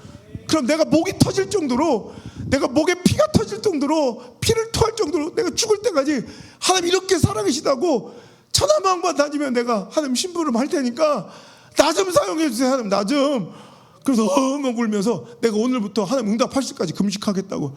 영양제를 맞아도 될까 말까 그 시간에 저는 금식을 선포하고 그냥 금식하면서 하나님 나 좀 사용해 달라고 막 펑펑. 그러니까 점심시간에 다 나가고 불 꺼는 그 본당에서 저만 혼자 막 엉엉 울고 있었어요. 1시가 되니까 사람들이 점심 먹고 들어오는데 2,600명이 모였다는데 이놈 거 뭐 오는 거 보니까 한 반절도 안 와. 원래 목회자 세미나가 다 그렇다는 걸 내가 그때 처음 알았어요. 은혜 받으러 왔다가 밥만 먹고 가지. 이렇게 밥만 먹고 가는 것들이 많대. 한때 절반이 없어졌어. 그러다 이렇게 앉아 있었어. 그랬더니 그때부터 막 얼마나 우는지 막 그때 막 가슴이 뜨거워지는데 1시부터 뭐 6시까지는 누가 뭘 했는지 기억도 안 나. 그냥 막 울고만 있어. 딱 이제 세미나 끝나고 막 박수 치는데 나 이 감동, 이 도전, 하나님의 이 부르심이 막 날 미치게 만드는데 이걸 그대로 지나갈 수 없어. 그냥 우리가 내가 아는 거야. 은혜도 유통기한이 있어가지고 그냥 대충 해서 아멘 하고 막 수용소 생활 끝나고 집에 들어가면 또 텔레비 보다 보면 다 잊어버리고 그러니까 오늘 내 이날을 기억하고 내가 반드시 이날 내 역사의 전환점으로 삼겠다. 그래서 고민 어떻게 하면 이날을 더 기억하고 이 은혜를 기억하고 내가 하나님 역사 가운데 살 수 있을까 고민하다가 내 난생 처음 난 누구한테 뭐 부탁을 안 해요. 난 첫사랑한테도 사진 찍자는 얘기를 해본 적이 없어. 근데 난생 처음 내 인생에 최초로 누군가에게 저랑 사진 한번 같이 찍어주실래 이 부탁이 그 부산 포동교회 목사님이 이제 막 이렇게 나오시는데 이제 세미나 행사가 다 끝났으니까 막 나오고 있길래 내가 이게 쫓아가 되게 막 조심스럽게 제가 앞에서 이렇게 미친놈 같아도 우리 목사님 아실까요? 제가 만나면 말도 잘 못하고 고개도 이렇게 숙이고 제 아주 대문자 아이예요. 트리플 A형. 저는 이제 막 앞에서 막 이렇게 하지만 저 나가면 사람들 나 눈도 잘 못 맞추고 이런 성격이거든요. 근데 너무 제 깐에는 진짜 용기를 낸 거예요. 그래서 저 목사님 저랑 사진 한 번만 찍어주세요. 그랬더니 그때 막 이제 밥만 먹고 간 사람 있었도 한 1,몇백 명 있잖아요. 막 쏟아내리는 그분들하고 막 인사를 하느라고 목사님 얼마나 그때 막 최고 전성기 때니까 막 얼마나 많이 돌아다니셨겠어요. 그러니까 수많은 목회자들을 다 앉히고 막 여기저기서 앉히고 잘 있었어요. 아이고 잘 지내죠. 막 인사를 하느라고 내 이 청을 못 들으셨는지 거절하셨는지 안 찍어주는 거야 사진을. 근데 저는 그래요. 원래 트리플 A형들이 화나도 뭔가 이렇게 마음이 좀 그래도 막 열도 못 내. A형들은 그냥 거기다 충청도 A형은 더해. 막 꿍 해도 그냥 별로 티 안 내고 이러고 있고 난 기분 좋아 웃는 것도 아니에요. 그리고 목사님도 막 여기서 안녕하세요 잘했어요. 나 때문에 웃는 것도 아닌데 목사님 그래 다음에 또 봐야 돼 이렇게 돌아섰고 나도 기분 좋아서 웃는 것도 아니고 나는 이러다가 그 시간에 카메라를 맡긴 사람이 어떻게 사진을 딱 찍었는데 사진만 보면 우리 둘이 서로 죽고 못 사는 사이처럼 이렇게 서로 둘이 뭔가 이렇게 되게 의미심장한 사이처럼 이렇게 나는 그냥 기분 나빠서 썩 쏘였는데 사진만 보면 진짜 그럴싸해. 둘이 이렇게 막 웃는 것처럼 나왔어. 내가 그걸 딱 들고 아직도 갖고 있는데 그리고 목사님 저를 꼭 기억해 주세요. 그때 뭐요? 그래. 저는 울산에 온양읍의 남창이라는 시골 마을에서 얼마 전 온양 순복음교회를 개척해 순복음교 다녀요 그러더라고. 우리하고는 안 맞나 그러더라고. 고신하고는 막 상극인데 그래.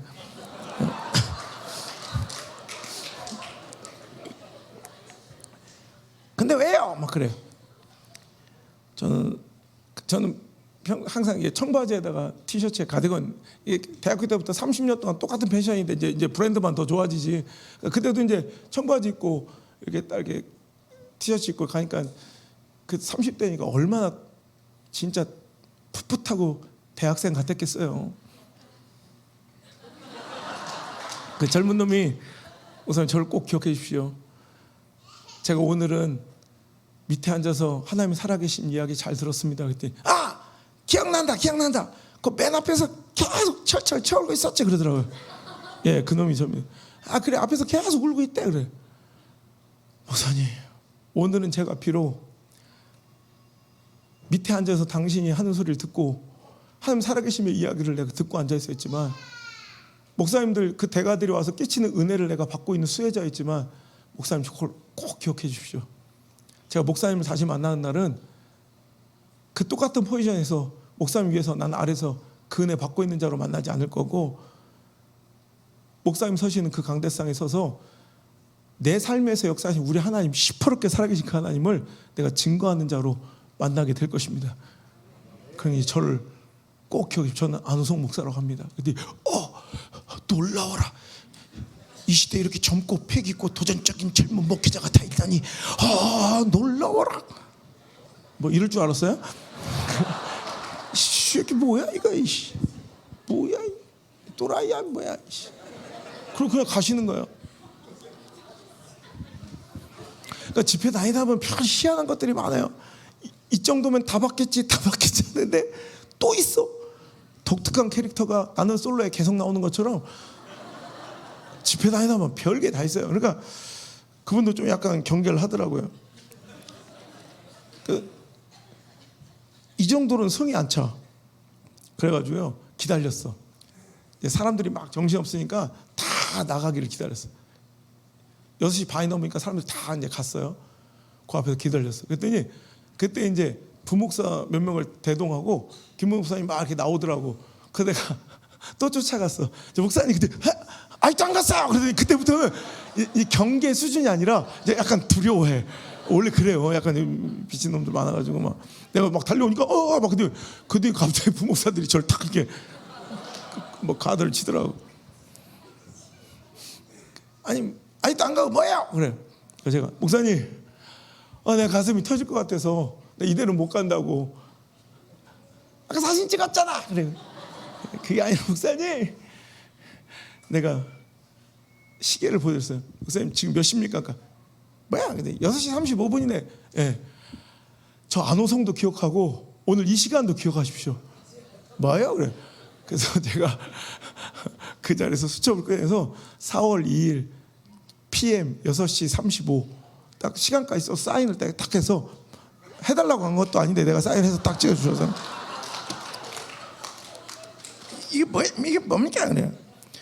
목사님, 내가 성령의 감동이 목사 오늘 4월 2일 저녁 6시 반 오늘 이 시간을 기억해 주십시오. 앞으로 한 달 뒤에 봅시다. 그래.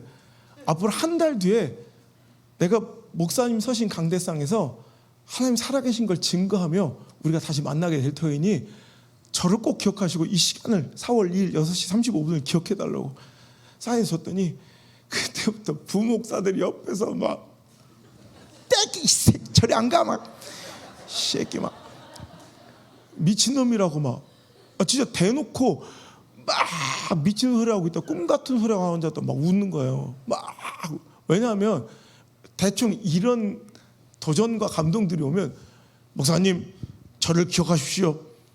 앞으로 20년 뒤에 막 이러잖아요. 언젠가는 내가 포동교에 와서 뭐 이런 애들은 많아요. 근데 저처럼 갑자기 한 달 뒤에 다시 만납시다. 그때는 내가 하나님 살아계심을 증거하고 목사님 그 이야기를 그 스토리를 This is my story 이것이 나의 간증입니다. 그 이야기를 들려드릴게요. 그랬더니 사람들은 다 미쳤다고 꿈 같은 소리하고 아니 그정 장경 목사님 김문호 목사님 최고 전성기일 때니까 여러분 얼마나 그분들이 서시는 강대상 뭐 크고 존귀한 곳이겠어요. 뭐 모든 교회가 다 그렇지만 근데 저렇게 허접하고 시골 촌뜨기가 그 나이도 어린 놈이 내가 언젠가는 부흥사가 될 테요 막 이것도 아니고 언젠가는 당신 앞에 설게요 이것도 아니고 한 달 뒤에 내가 당신이 서는 그 강단에 내가 서 있는 걸 꼭 보여드리겠다. 그래서 사람들이 막 웃으면 아직도 그 웃음소리를 알아요. 그 부흥사들이 막 얼마나 웃던지 막 비웃는데 저는 그 자리에서 철철철 울었어요. 왜? 믿어지는 걸 어떻게? 사람들은 막 비웃고 막 손가락질하는데 저는 그게 믿어져서 너무 감격스러워서 이미 감사가 돼서 막 눈물이 나는 거야. 너무 고마워서 그 역사가 믿어지니까 막 눈물이 나오는 거예요. 남들에겐 꿈 같은 소리 같고 미친 소리 같겠지만 전 믿어지는 거예요. 자 그래서 어떤 일이 벌어졌어요. 제가 4월 2일 날 은혜 받았는데 하여튼 뭐 역사가 벌어져서 한 열흘 뒤에 4월 12일 날 하여튼 장경동 목사님 측에서 연락이 온 거 어떻게 하다가 제가 손을 이렇게 그래서 요즘 뭐 이렇게 4월 13일 날 저 동두천에 있는 통합측 신광교회라는 교회에서 목사님 집회가 있는데 한번 올라와 볼 수 있겠네. 그러면서 나랑 같이 집회하자 이런 게 아니라 장경동 목사님 집회하기 전에 아직 사람들 장례가 혼란스러울 때 오프닝 무대에 뭐 깔깔이들이자 깔깔이들 15분 줄 테니까 한번 설교 한번 해보래. 여러분 저는 어디 돌아다니는 성격도 아니고 부흥회 같은 거 집회 같은 건 경험도 해본 적이 없고 제 스타일상 사람 만나는 걸 죽어도 싫어하는 사람이 여러분 15분 그것도 어디? 동두천이면 우리 지리를 아시는 분들은 우리 동네 울산 남창 그 간절곶에서 동두천은 38선만 안 넘어가면 우리가 가장 끝에서 끝까지 갈 수 있는 거리 진절머리 나게 먼 거리. 근데 그때 내가 내 평소 성격이나 캐릭터는 도저히 그거 받아들일 수도 없고요. 뭐 말도 안 되는 건데 저 희귀한 역사가 벌어져서 하여튼 이렇게 뭔가 이렇게 연락이 온 거예요. 장동생 직접 연락 온 건 아닌데 그 같은 뭐 어떤 그 집회 주최 측에서 그래가지고요 제가 아멘 해버리고 이틀 동안 금식을 한 거예요. 그 15분 말씀 전하러 갔는데 이틀 동안은 금식을 하고요. 이제 동두천까지 올라가는데 여러분 시골 사람들은 대바람부터 올라가니까 머리에 기름이 떡이 져가지고 이런 저녁 8시 집회인데 내가 아침부터 가니까 가가지고 한 6시간 넘게 기다렸나? 그래서 만남의 광장 가가지고 드라이하고 뭐 다 가져가서 거기 만남의 광장 화장실에서 다시 씻고 드라이하고 왁스 탁 하고서 뭐 이렇게서 이제 갔는데 아무도 없죠. 뭐 점심 나절에 도착을 했으니까 저녁 집회인데 근데 그 저녁쯤 되니까 이제 그 장경 목사님부터 막 모여가지고 그 교회 뭐 사역자들하고 밥을 먹는데 해필 난 이틀 동안 금식하고 있는데 지금하고 똑같아. 이제 그 말씀 중에 이제 아무것도 안 먹는데 해필 그 얘기 들어라 그래 같이 먹는데 갈비집에서 만난 거야. 첫 만남이. 나는 배고파 죽겠는데 이렇게 금식해서 이런 새벽부터 왔으니 얼마나 추리하겠어. 이틀 동안 금식하고 한 6시간 타고 와가지고 또 한 6시간 넘게 이렇게 기다리고 앉아있어요. 얼마나 추리하겠어. 근데 내 앞에서 다들 물냉 손들어 막 비냉 손들어 막 이러는데 돌아버린 거야. 그리고 나서 우여곡절 끝에 제가 딱 첫 집회가 그래서 4월 13일인데 그날 딱 섰는데 한 1,500명 모여 있습니다. 거기서 15분 동안 뭘 하겠어요. 그런데 그때 여러분 우리 하나님은 시퍼렇게 살아계십니다. 이 한마디에 1,500명이 울음바다가 되는 거예요. 여러분 워딩이 중요한 게 아니라 그 안에 그 워딩 가운데 그 설교 메시지 가운데 역사하신 성령님의 권위가 대단한 거예요. 우리 하나님 시퍼렇게 살아계십니다. 이 한마디에 장내가 그냥 울음바다가 된 거예요. 얼마 전에 제가 미국의 한 주의 연합성에서도 그런 일이 있었는데 그냥 막 압도적이고 그냥 다 울음바다가 되는 거예요. 뭐 나중에 알게 된 얘기인데 막 기자들 사이에서 막 장로선이 저 큰 인물 되겠다 막 이렇게 해서 소문이 퍼지기 시작해서 그때부터 제가 하루도 안 빼놓고 메인 언론에 매일 나오고 그 동방송에 매일 나오고 국민을 하루도 안 빼놓고 나오고 막 매일 집회가 지금까지 이어진 거야. 그때부터. 그러니까 막 계속 집회가 이어진 뭐 희한하게 막 사람이 뭐 눈 떠보니까 스타가 됐다고. 제가 이거 뭐 어떻게 된지 막 그 다음 날부터 막 사람들이 연락이 막 교회에서 일주일이면 한 80통씩 와요. 막 집회해 달라고. 막 그러면 하루도 안 빼놓고 막 집회를 하고 매일 언론에 매일 노출이 됐고. 그런데 기가 막힌 일이 갑자기 경남 CBS에서 이렇게 연락이 왔는데 경남 지역 연합 이렇게 세미나를 하나 큰 집회를 하나 기획 중인데 강사로 한번 와줄 수 있겠냐. 그래서 언제 해야 돼?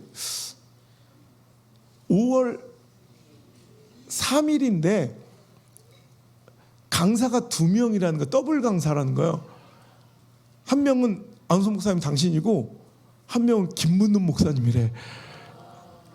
그러니까 정확하게 한 달 되는 그날 내가 김문능 목사님이랑 같은 그 경남 연합성에서 제가 강사로 서게 된 거예요. 그때는 뭐 15분 이게 아니라 저 1시간, 그 다음이 김문능 목사 1시간. 그래서 내가 말씀드렸는데 이제 김문능 목사님 요 자리에 앉아서 해라. 다른 거에 관심이 없어 그분은. 이러고 앉아. 빨리 끝내지 빨리 막 우리 방송도 같이 하면 오늘은 잡소리 하지 말고 빨리 끝내자 빨리 끝나지 빨리 토끼자 뭐 이러. 그래서 내가 딱 올라가니까 이제 관심도 없더라고요. 그래서 목사님 제가 누군지 아십니까? 그랬더니 갑자기 착. 왜냐하면 알긴 알았대. 이제 지금 너무 친해져가지고 하지만 왜냐하면 매일 언론에 갑자기 스타처럼 그 젊은 애가 막 확 뜨니까 그래서 알긴 알았는데 끽해야 그게 한 달 된 놈 아니야 뜬지. 정확히 따지면 한 달도 아니지 20일째지 13일 날 시작했으니까 자기 만난 게 4월 2일이지만 근데 막 언론에 노출되고 막 요즘에 존재는 알지만 그게 이제 뭐라고 느껴지냐면 목사님 저 요즘에 이렇게 떴어요. 저 누군지 아세요? 뭐 이런 건 줄 알았던 거예요. 그러니까 기분 나쁘고 건방지다고 생각했대. 그래서 고개를 탁 우리 목사님 혹시 한 달 전에 저 시골교회 어린 개척교회 목사가 와서 저를 꼭 좀 기억해달라고 그리고 내가 당신이 서는 강대상에서 내가 꼭 하나님 살아계신 말씀을 증거할 테니 아래서 들어달라고 했던 거 기억나십니까? 그때 갑자기 깜짝 놀라는 거예요. 그때 네가 어떻게 알아? 이런 눈빛이 갑자기 놀라서 그래. 목사님 그게 바로 접니다. 그때 예? 그리고 오늘이 약속했던 딱 한 달 되는 날입니다. 목사님 제가 약속 지켰습니다. 그날 저에게 은혜 끼쳐주셔서 감사합니다. 그때 갑자기 볼 떠시더니 갑자기 할렐루야! 그때 눈물을 흘리시면서 앞으로 뛰쳐나오시는 거예요. 근데 갑자기 내 손을 꼭 잡으시더니 내 세상에 내가 이 시대의 진정한 또라이를 만났습니다. 그때는 그냥 생 미친놈인 줄 알았는데 이거 세상에 진짜 이런 또라이가 다 있냐고. 나는 큰 또라이, 우리 안 목사님은 작은 또라이. 우리 서로 앞으로 한 해 되어 우리 한국교회를 잘 지켜나갑시다. 그래서 박수를 치는데 그날 얼마나 감동스러워. 그래서 그날 진짜 그 약속이 이루어져 아래에서 위에서 전하는 말씀을 듣고 있는 게 아니라 은혜 받고 눈물 흘린 자가 아니라 말씀을 전하며 원래 하나님의 살아계심을 증거하는 자로서 진짜 하나님의 말도 안 되는 거짓말 같은 역사가 이루어지고 그래서 목사님 바로 자기 교회 부흥사로 초청을 해서 또 5월 달에 집회 가고 그해 또 바로 앵콜 집회를 또 가고 그래서 지금까지 11년 동안 연속해서 지금까지 집회를 하고 있거든요. 여러분 그날 지금도 목사님 만나 뵈면 제가 항상 매년 제가 우리 목사님 정장 한 벌씩을 꼭 해드려요.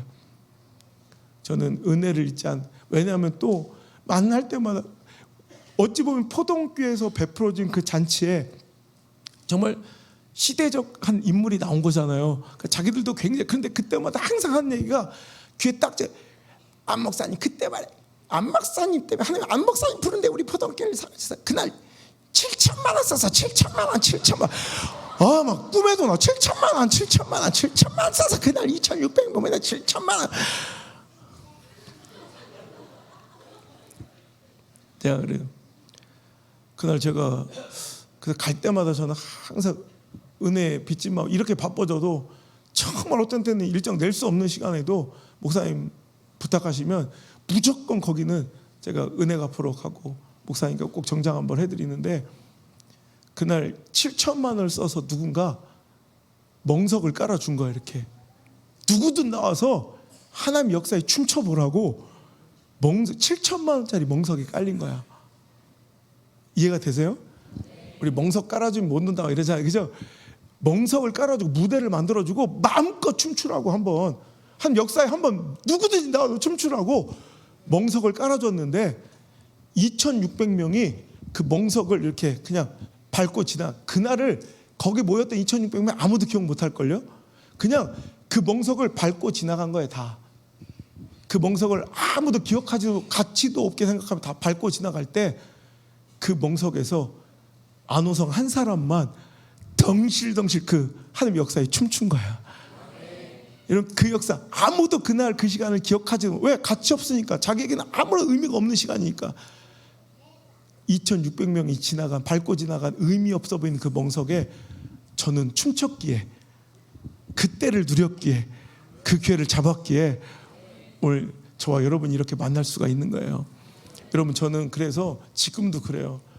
그 집회 인원을 제가 별로 신경 쓰지 않아. 왜냐하면 집회 인원 이건 허수야. 만약에 이 자리에서 성령의 감동과 나에게 말씀하신 하나님의 선명한 음성을 듣고 막 불붙는 심장을 가진 안호성이 여기서 한 명만 나오잖아? 그럼 여기가 2,500명 있는 거나 마찬가지예요. 두 명이 인생이 뒤집어지잖아요? 이거 5,000명 집회야 이거. 네 명이 뒤집어져 불 받잖아요? 10,000명 집회가 다름없는 거예요. 2,600명 모여서 한 명 은혜 받으면 되는데 뭐.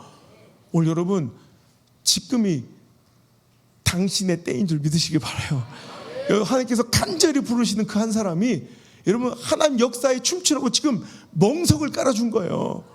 그 멍석에서 춤추는 자, 코믹 댄스만 추지 말고 자꾸 다음 세대라고 속여가고 사기치면서 믿으라고 나한테 강요하지 말고 진짜 하나님과 더불어 덩실덩실 그 성령의 춤을 추는, 역사의 춤을 추는 그 주인공이 전 이번 집회에 꼭 나왔으면 좋겠어요. 제가 그 마음으로 기도하고 왔거든요. 정말 마지막이라는 생각 가지고 정말 여기서 뭔가 일이 벌어질 게 믿어져서 왔거든요. 그래서 이 말씀을 마지막으로 제가 선택했거든요. 하나님 역사에 절대 실수가 없으시고 우연이 없으실 줄 믿습니다. 여러분 그거 아세요? 아무리 노력의 총량이 더 많아져도 그때 그 기회 한 번을 놓치면 소용없어요. 제가 골을 많이 넣는다고 그랬잖아요. 전 축구하면 골을 되게 많이 넣어요. 내가 봐도 허접해. 저는 뭐 슛 임팩트가 좋은 것도 아니고 남들처럼 멋지게 이 캐논 슛을 쏠 줄도 몰라요. 하도 이상해. 그런데 저는 그 타이밍이 좋아. 그래서 저만의 특화된 반박자 빠른 템포의 슈팅을 연구해서 뭐 임팩트 있게 팍 차서 막, 우리 안드레가 캐논 슈터예요. 우리 첫째 아들이 막 엄청 막 난리가 나요. 막 빡. 그런데 그놈은 언더 타겟 유효 슈팅이 별로 없어. 겁나 세게는 차는데 맨날 비켜. 저는 꼬발슛 발가락으로 톡 쳐 이렇게. 그러니까 막 골키퍼를 막 자존심이 상하게 만들, 멘탈을 뒤집어 놔. 왜냐하면 이거 막 푹 해서 막 쫙 해서 먹이면 막 이러고 멋있잖아. 근데 제가 쓴 슛은 딱 역동작에 걸려서 여기서 똥똥똥똥, 그러니까 멘탈이 나, 이건 멋있지도 않고 골키퍼의 멘탈을 무너뜨려서 뭐 자존심이 너무 상하대. 저한테 골을 먹히면 또 어떻게 이렇게 딱 하면 띵띵띵띵 들어가서 어떻게든 뛰어 들어가. 그게 세게 차나 살살 차나 1점은 똑같은 거예요. 그래서 저는 여러분 센 슈팅 때리기 전에 저는 반템포, 한 템포도 아니고 반 템포만 빠르게, 차라리 그 각 잡고 찰 시간에 그냥 발가락 턱 차 그냥. 역동장에 걸려서 막 나조차도 그 슛의 궤적을 몰라. 주님만 아셔. 그러니까 그 골키퍼 시키가 알 수가 있나? 하는데 여기서 막 살살 기어 들어가면 막 자존심이 너무 상해. 여러분, 아무리 열심히 뛰어도 그 템포, 타이밍을 못 따라갈 수가 있어요. 아무 때나 순종하고 아무 때나 헌신하고 아무 때나 드리면 되는 게 아니에요. 그때가 있어, 때가. 그 기회를 놓치면 안 돼.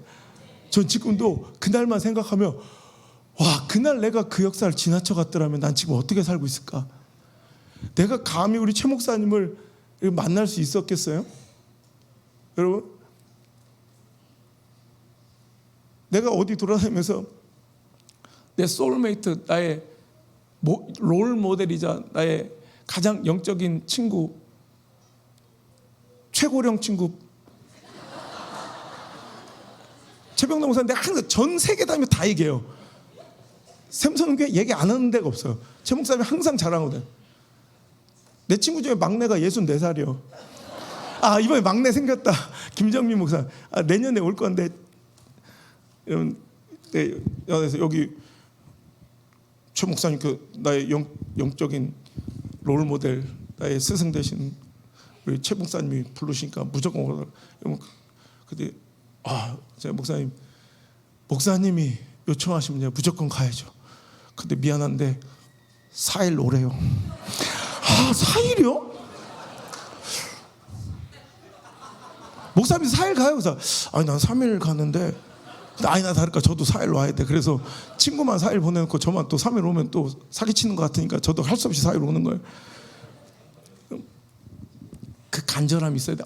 제가 재밌는 건 지금 금남교회 아시죠? 김정민 목사. 세계에서 가장 큰 감리교회,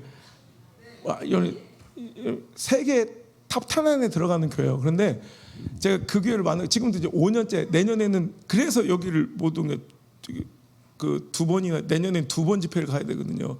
3월달, 8월달. 그런데 너무 웃긴 건 4년 전에 5번째인데 4년 전이니까 그러니까 그때는 2번 갔어요. 연락이 온 거예요. 그 수석 목사가 집회 좀 와달라고, 금남교회라고. 그래, 일정 없다고 그래. 그랬더니 갑자기 또 전화 왔어. 우리 담임 목사님이 목사님을 너무너무 좋아하셔서 한번 꼭 만나길 청하신다고. 우리 수행비서가 얘기해서 그거 다 개뻥이야. 근데 큰 교회들 다 뻥쳐. 가면 알지도 못해 나. 그냥 그런데 3번째 또 전화 왔어. 목사님 제발 부탁인데 한 번만 더 일정 고려해 주시면 안 되겠냐. 또 거절했어요. 그랬더니 여러분 그 정도면 끝나거든요. 그 4번째 또 전화가 왔어.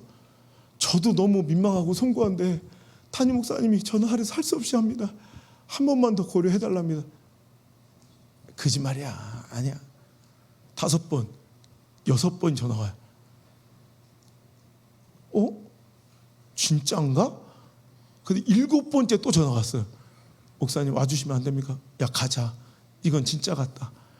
그런데 그때는 진짜 일정이 없어서 그럼 내가 3일 집회는 온전히 못 가고 하루 먼저 가고 그 다음에 이틀 쪼개서 다음에 가겠다. 그래서 2번을 간 거예요. 얼마나 그 큰 교회가 어떻게 나를 알고 나를 이렇게 간절히 청할까. 그래서 설레는 마음, 좀 호기심도 있어서 딱 처음 만났어. 한마디도 안 해. 속았어. 서로 영접실에서 저도 성격이 이렇게 말 안 하는 성격이 그래서 혼자 이렇게 있고 자기도 이렇게 혼자 있고 강사님 준비하시는데 나가 있겠습니다. 그 나가. 또 속았구나. 근데 말씀 끝나자마자 막 저부터 얘기하는 목사님 다음에 또 오시고 그리고 내년 그분이 막 다 일정을 잡아달래. 근데 알고 보니까 그분도 이렇게 막 이렇게 막 사람 만나고 이런 걸 별로 안 좋아하셔서 그게 자기 안에 최고의 표현이었던. 그러면서 이제 계속 만나면서 이제 친해져서 이제 베스트 프렌드가 됐는데 절친이 돼가지고 이제 거기 20년 예약을 받았어요 아예.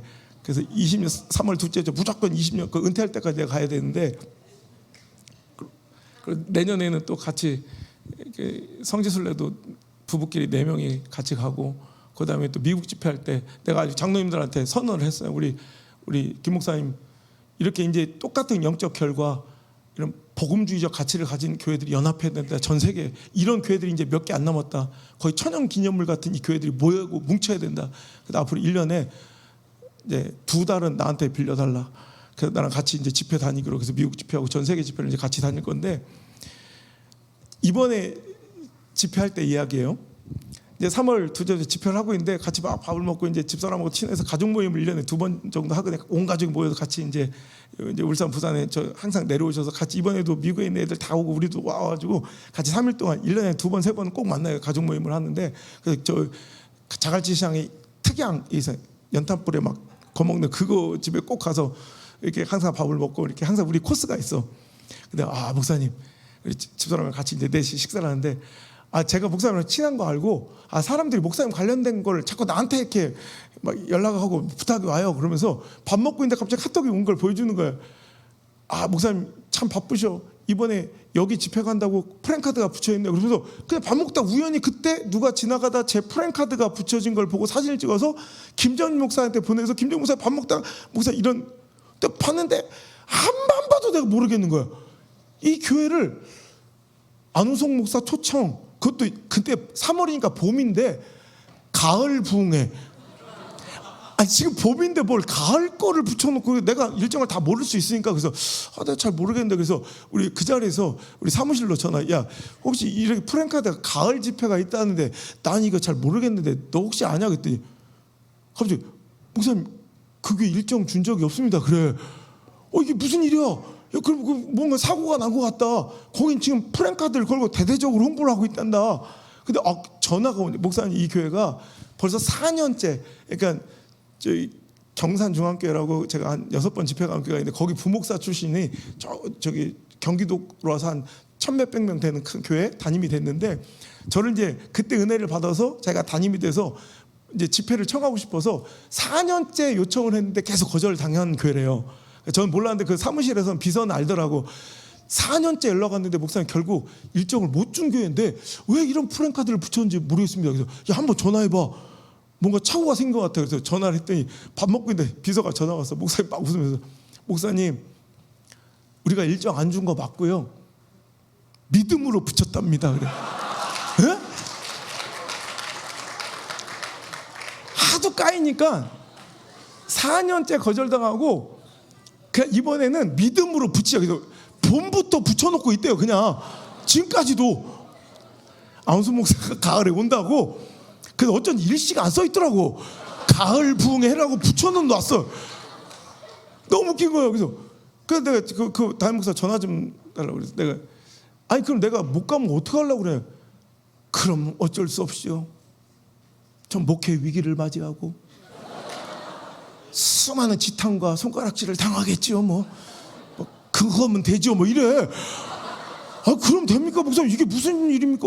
근데 이거 목사님 전혀 부담 갖지 마십시오. 그냥 제 믿음과 바람으로 붙였으니 못 오시면 그냥 제가 물러나면 되지요. 뭐 이러면서 아무 부담 갖지 말라고. 그래서 올해 일정을 막 빼가지고, 근데 이 서울에 왕성교회 집회 가는 그때 3일은 못 가고 이틀만 이렇게 이어서 가기로 이렇게 일정을 주면서, 제가 이 교회는 무조건 간다. 내가 어떻게든 일정을 뽑아라.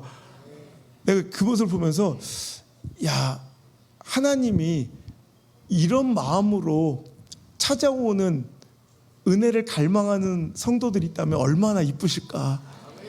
어떻게 해서라도 그에게 은혜 주시지 않을까? 어떻게 해서라도 그 기도 응답하지 않을까? 이런 마음이 드는 거예요. 사랑하는 성도 여러분, 이제 매번 반복되는 이 집회가 좀 뭔가 내성이 생겨서 이제 흔하게 여기지 않았으면 좋겠습니다.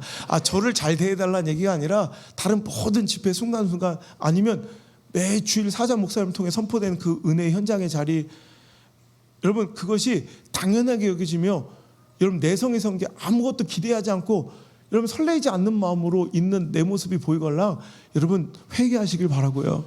하나님은 간절히 찾는 자를 만나주시고 진정으로 하나님 그 은혜를 사랑하고 사모하는 자를 만나주실 줄 믿습니다.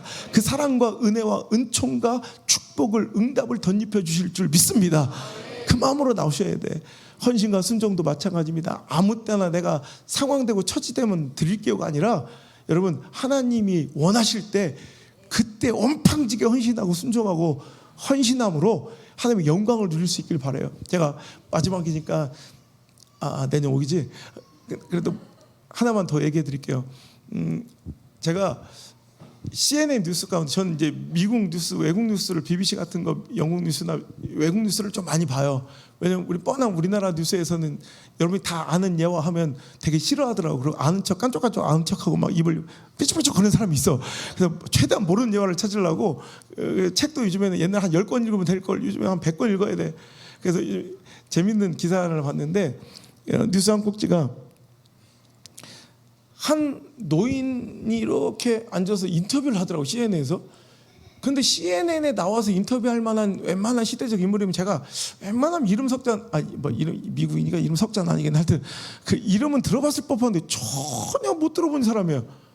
그러니까 로널드 웨인 론 웨인이라고 불려지는 사람인데 도대체 되게 행색도 남루한 한 노인분이 앉아가지고 인터뷰를 하더라고요. 그때가 아이폰이 막 한참 히트를 치면 지금 아이폰 16 나왔나? 그러니까 16. 뭐 딴 얘기처럼 갑자기. 하여튼 그때 아이폰 4 히트 쳤을 때 같아. 아이폰 4 나왔을 때 그때 그 노인이 인터뷰를 하는데요. 재밌는 건 알고 보니까 여러분 지금 애플 시가총액이 어마어마하죠. 여러분 애플이 최대 기업이잖아요. 이제 뭐 엔비디아 빼고는. 그런데 여러분 애플의 창업자가 누구예요? 또 워즈니악 이건 알죠? 몰라요? 스티브 잡스와 워즈니악이 둘이 함께 창업했다는 건 대부분 이제 많이 아세요. 그런데 저는 알지 못했었는데 그때 창업할 당시에 이 워즈니악하고 이 스티브 잡스는 너무 성격이 불같아. 열정적이라 되게 좋은 면도 있지, 시너지 효과도 날 수 있지만 문제는 한 번 둘 사이의 의견 충돌이나 갈등이 생기면 풀 수 있는 여지가 없는 거야. 그래서 자기들도 그 단점을 알고요. 고민하다가 이제 뭔가 캐스팅 보트를 찾자. 그래서 자, 둘이 같이 창업했으니까 지분이 50%였을 거 아니에요. 그래서 스티브 잡스하고 워즈니악이 자기 지분의 5%씩을 내놓기로 했어요. 그러니까 5%하니까 10%가 나오잖아요. 그래서 이 10%의 지분을 누군가 우리가 뭔가 불화가 있거나 갈등과 충돌이 있을 때 그것을 중재하는 역할로서 좀 안전장치를 세우자. 그래서 생각하다 보니까 그들이 옛날에 다녔던 게임 회사 아따리라는 그 게임 회사가 있었는데 거기서 함께 근무했던 몇 살 많은 형 이 론 웨인이라는 사람을 기억해낸 거야. 그래서 그를 초청해서 우리가 이렇게 애플이라는 회사를 창업할 건데 당신이 와서 우리 지분 10%를 줄 테니까 우리 창업에 함께 동참해줘라. 그리고 우리가 만약에 갈등하고 충돌한 일이 있으면 당신 캐스팅 보스로서 중재자 역할을 해달라. 그래서 애플의 주식 지분 10%를 준 거야. 그런데 그 워지니아과 스티브 잡스가 너무 열정적으로 그날부터 이제 회사를 경영하는데 밤샘은 밥 먹듯 하고요. 야근은 뭐 당연한 거고 얼마나 열정적인지 너무 고단하고 힘들더래. 그러니까 이 론웨인의 입장에서는 이러다가 막 몸살 나고 너무 힘들고 건강 해치겠더라는 거예요. 그래서 도저히 안 돼서 하다가 너무 진짜 이들의 열정을 따라갈 수 없어서 이들이 너무 힘들게 하니까 11일 만에 자기 전 지분 10%를 800불에 팔고 떠났어요. 여러분 애플 주식 지분 10%가 있다. 800불이면 한 돈 100만 원에 팔고 끝난 거예요. 근데 만약에 지금 애플 시가총액이 오늘 뭐 3조 달러 정도 되잖아. 그러니까 어떻게 해요? 3천억 맞나? 3천억 조. 3천억 조지. 우리나라 또 이게 느낌이 안 오는 거야. 우리는 한 1,700 그러면 1,300만 원 막 이런 엄청난데 3,000조는 뭐예요? 밥에 얹어 먹는 노란 조도 아니고 뭐 3,000조면 여러분 3,000조 원이 시가총액이면 10%의 지분이 있었으면 지금 론웨이는 얼마야? 300조 원. 여러분 우리나라 그렇게 잘 나간 삼성의 이재용 회장이 어제 얘기했죠. 끼케야 여러분 15조 정도에 15조 자기 재산이. 근데 300조면 와 자기들 뭐 이해를 못하는 것 같은데 자 10조를 농협에 그냥 3.6%로 농협에 아무 짓거리도 말고 10조만 농협에 넣어놔. 그럼 한 달에 이자가 300억이에요. 그럼 여러분 100조면은 얼마예요? 3,000억. 그죠? 그리고 그러니까 300조니까 3,000억 곱하기 3이니까 거의 한 달에 이자만 1조가 발생해. 아, 또 줘라 또 별로다. 그러니까 한 달에 원금을 지켜내려면 1조를 써야 돼. 매달. 엄청난 거죠. 여러분 그런데 그 기회를 론웨이는 스스로 박차버리고 너무 야근을 많이 하고 피곤하다는 이유로 800불에 팔아버린 그 애플 시가총액 이 10%가 얼마 돼? 지금은 그래서 그는 어떻게 사냐면 거의 반거지가 돼가지고요. 그냥 우표 코인 수집해서 그거 되팔면서 사회연금 보장 그런 영세민으로 차상계층으로 겨우겨우 연금으로 먹고 사는 불행한 노인이 되어서 그는 지금까지 단 한 번도 애플 제품을 써본 적이 없대. 그게 그가 할 수 있는 가장 큰 복수야. 그 사람이 인생을 막 살아서 거지가 되느냐? 그렇지 않대요. 그가 눈물을 흘리면서 인터뷰하는데 자기 진짜 열심히 살았대요. 그 이후에 애플이 막 승승장구하는 모습을 보면서 그가 막 얼마나 미치겠어요. 그래서 그도 창업도 해봤고 직장 들어가고 정말 자기 있는 한 그때 애플에서 11일에 그 일은 아무것도 아닐 만큼 몇백 배, 몇천 배 열심히 살았는데 그때 할 거를 그때 그냥 했으면 끝나는 건데 몇천 배 열심히 살아도 안 되더라. 안 되는 건 안 되더라. 이 고백을 하더라고요.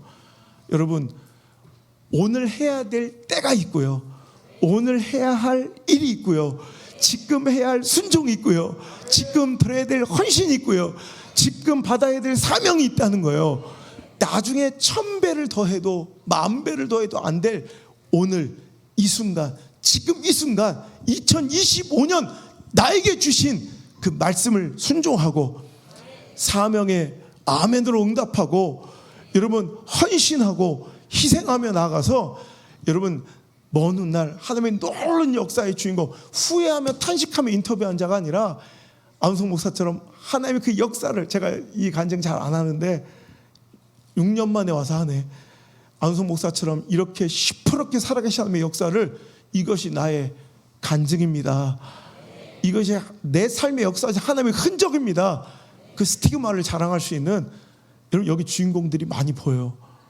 제가 샘슨동교회 좋은 게 뭐 인원은 얼마 안 될지 몰라도 여기 그 역사의 중 한 분 한 분을 하나님께서 얼마나 귀하게 생각하시고 저 뭐 생긴 건 별론데 뭘 그렇게 한 기대하실까라는 분들이 이렇게 많이 보여.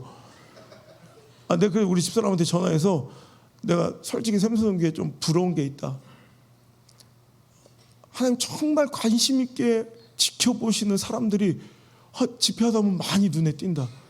그래서 그 사람은 한 사람이 도대체 어떤 사람일까 궁금해. 저는 그 교인들하고 개별 접촉을 잘 안 하거든요. 그런데 한 번쯤 한번 해보고 싶은 저 인간은 도대체 어떤 인간일까?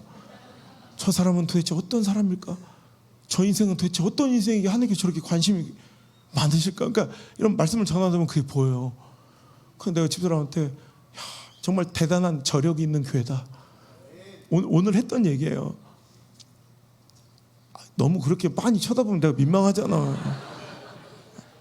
자기도 포함됐어요. 알았어요. 집회가 이렇게 힘들어요. 이거 챙기고 저거 챙기고 아침 점심 저녁 하다 보면 사람 죽는 거예요. 애들이 지들이 어떻게 유학하는지를 알아야 돼. 여러분 하나님 역사하실 줄 믿습니다. 기회를 아껴야 돼. 열심과 노력과 성실도 중요하지만 그 기회 그 기회, 그 타이밍, 그 템포 빠른 순종, 그 헌신, 그 반응이 여러분을 내 수준으로 발악을 하고 몸부림을 쳐도 못 갈 곳으로 나를 확실하게 이끄는 큰 통로로서 오늘 시간 기도하는 가운데 활짝 열릴 줄 믿습니다.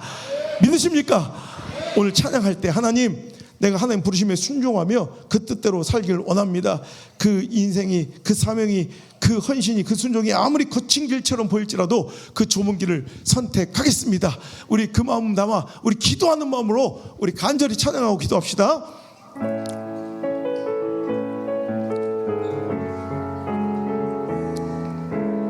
나 주님의 길을 가리라. 나 주님의 길을 가리라. 하늘의 부르심 따라서 주님의 얼굴을 구할 때 거룩한 성령이 마시네. 다시 한번. 나 주님의 길을 가리라. 하늘의 부르심 따라서 주님의 얼굴을 구할 때 거룩한 성령이 마시네. 물과 비를 쏟으시 하나님의 어린 양 고백합니다. 주님 사랑합니다. 오 주여 나를 보내소서. 주 위에 살리라. 주 따라가리라.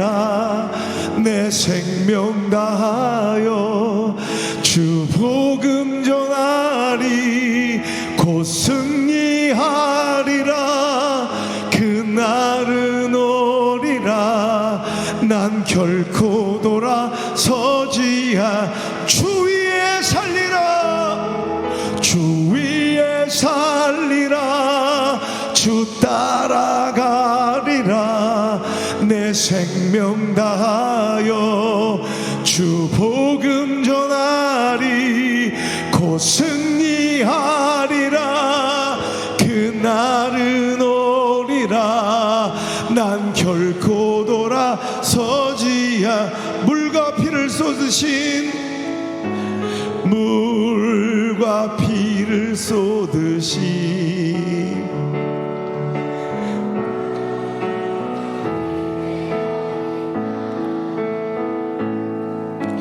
주님 사랑합니다. 오 주여 나를 보내소서. 주 위에 살리라. 주 따라가리라. 내 생명 다하여 주 복음 전하리. 곧 승리하. 반드시 그날은 오리라. 난 결코 돌아서지 않. 주 위에 살리라. 주 따라가리라. 내 생명 다하여 주 복음 전하리. 곧 승리하리라. 그날은 오리라. 난 결코 더 간절하게 주 위에 살리라. 주 위에 살리라. 주 따라가리라. 내 생명 다하여 주 복음 전하리. 곧 승리하리라. 그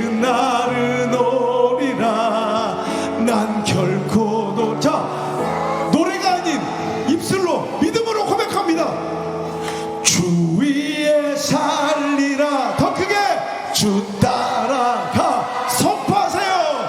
내 생명 다하여 주 복음 전하리. 곧 승리하리라. 반드시 난 결코. 다시 한 번만 우리 입술로 정말 믿음으로 선포하며 결단합니다. 주 위에 살리라. 아멘. 주 따라가리라. 내 생명 다하여 주 복음 전하리. 곧 승리하. 반드시 그날은 오리라. 난 결코 돌아서지 않. 주 위에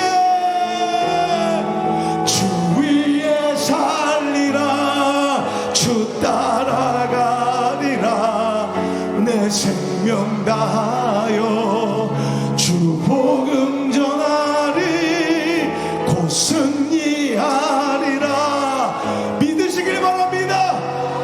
난 결코, 우리 다시 한 번만 더 간절하게 주 위에 살겠나이다. 주 위에 살리라. 주 따라가리라. 내 생명 다하여 복음 전하리. 곧 승리하리라. 그날은 오리라. 난 결코 그 길이 아무리 거칠어도 나는 그 길을 가겠습니다. 거친 길이를 걸어갈 때도 험한 산이 앞을 막아도 빛 대신 주님의 두 손이 나를 붙드네. 주의 마음이 닿은 내 삶에 점인 슬픔을 씻으시는 주님을 찬양, 주 이름을 찬양하네. 아멘. 거친 길이를 걸어갈 때도 험한 산이 앞을 막아도 빛 대신 주님의 그 손이 나를 붙드네. 주의 마음이 닿은 내 삶에 점인 슬픔을 다같이 주님을 찬양, 주 이름을 찬양.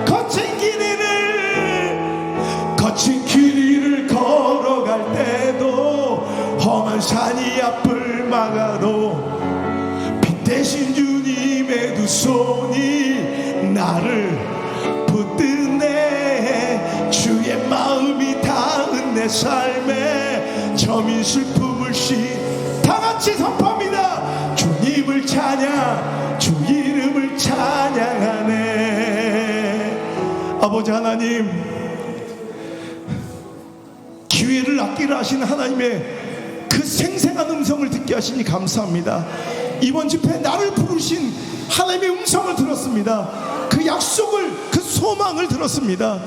주님, 오늘도 나에게 허락된 이 순간, 이 소중한 보물 같은 기회를 주여 놓치지 않게 하시고 헌신하게 하시고 순종하게 하시고 희생하게 하시고 주님의 뜻을 쫓아 살아가는 아름다운 샘솟는 교우들이 다 될 수 있도록 인도하여 주옵소서. 집회는 이렇게 끝이 날지라도 내주하신 성령 하나님 더 크고 공하게 이 자리에 역사하실 줄 믿사온즉 우리가 다시 만날 때는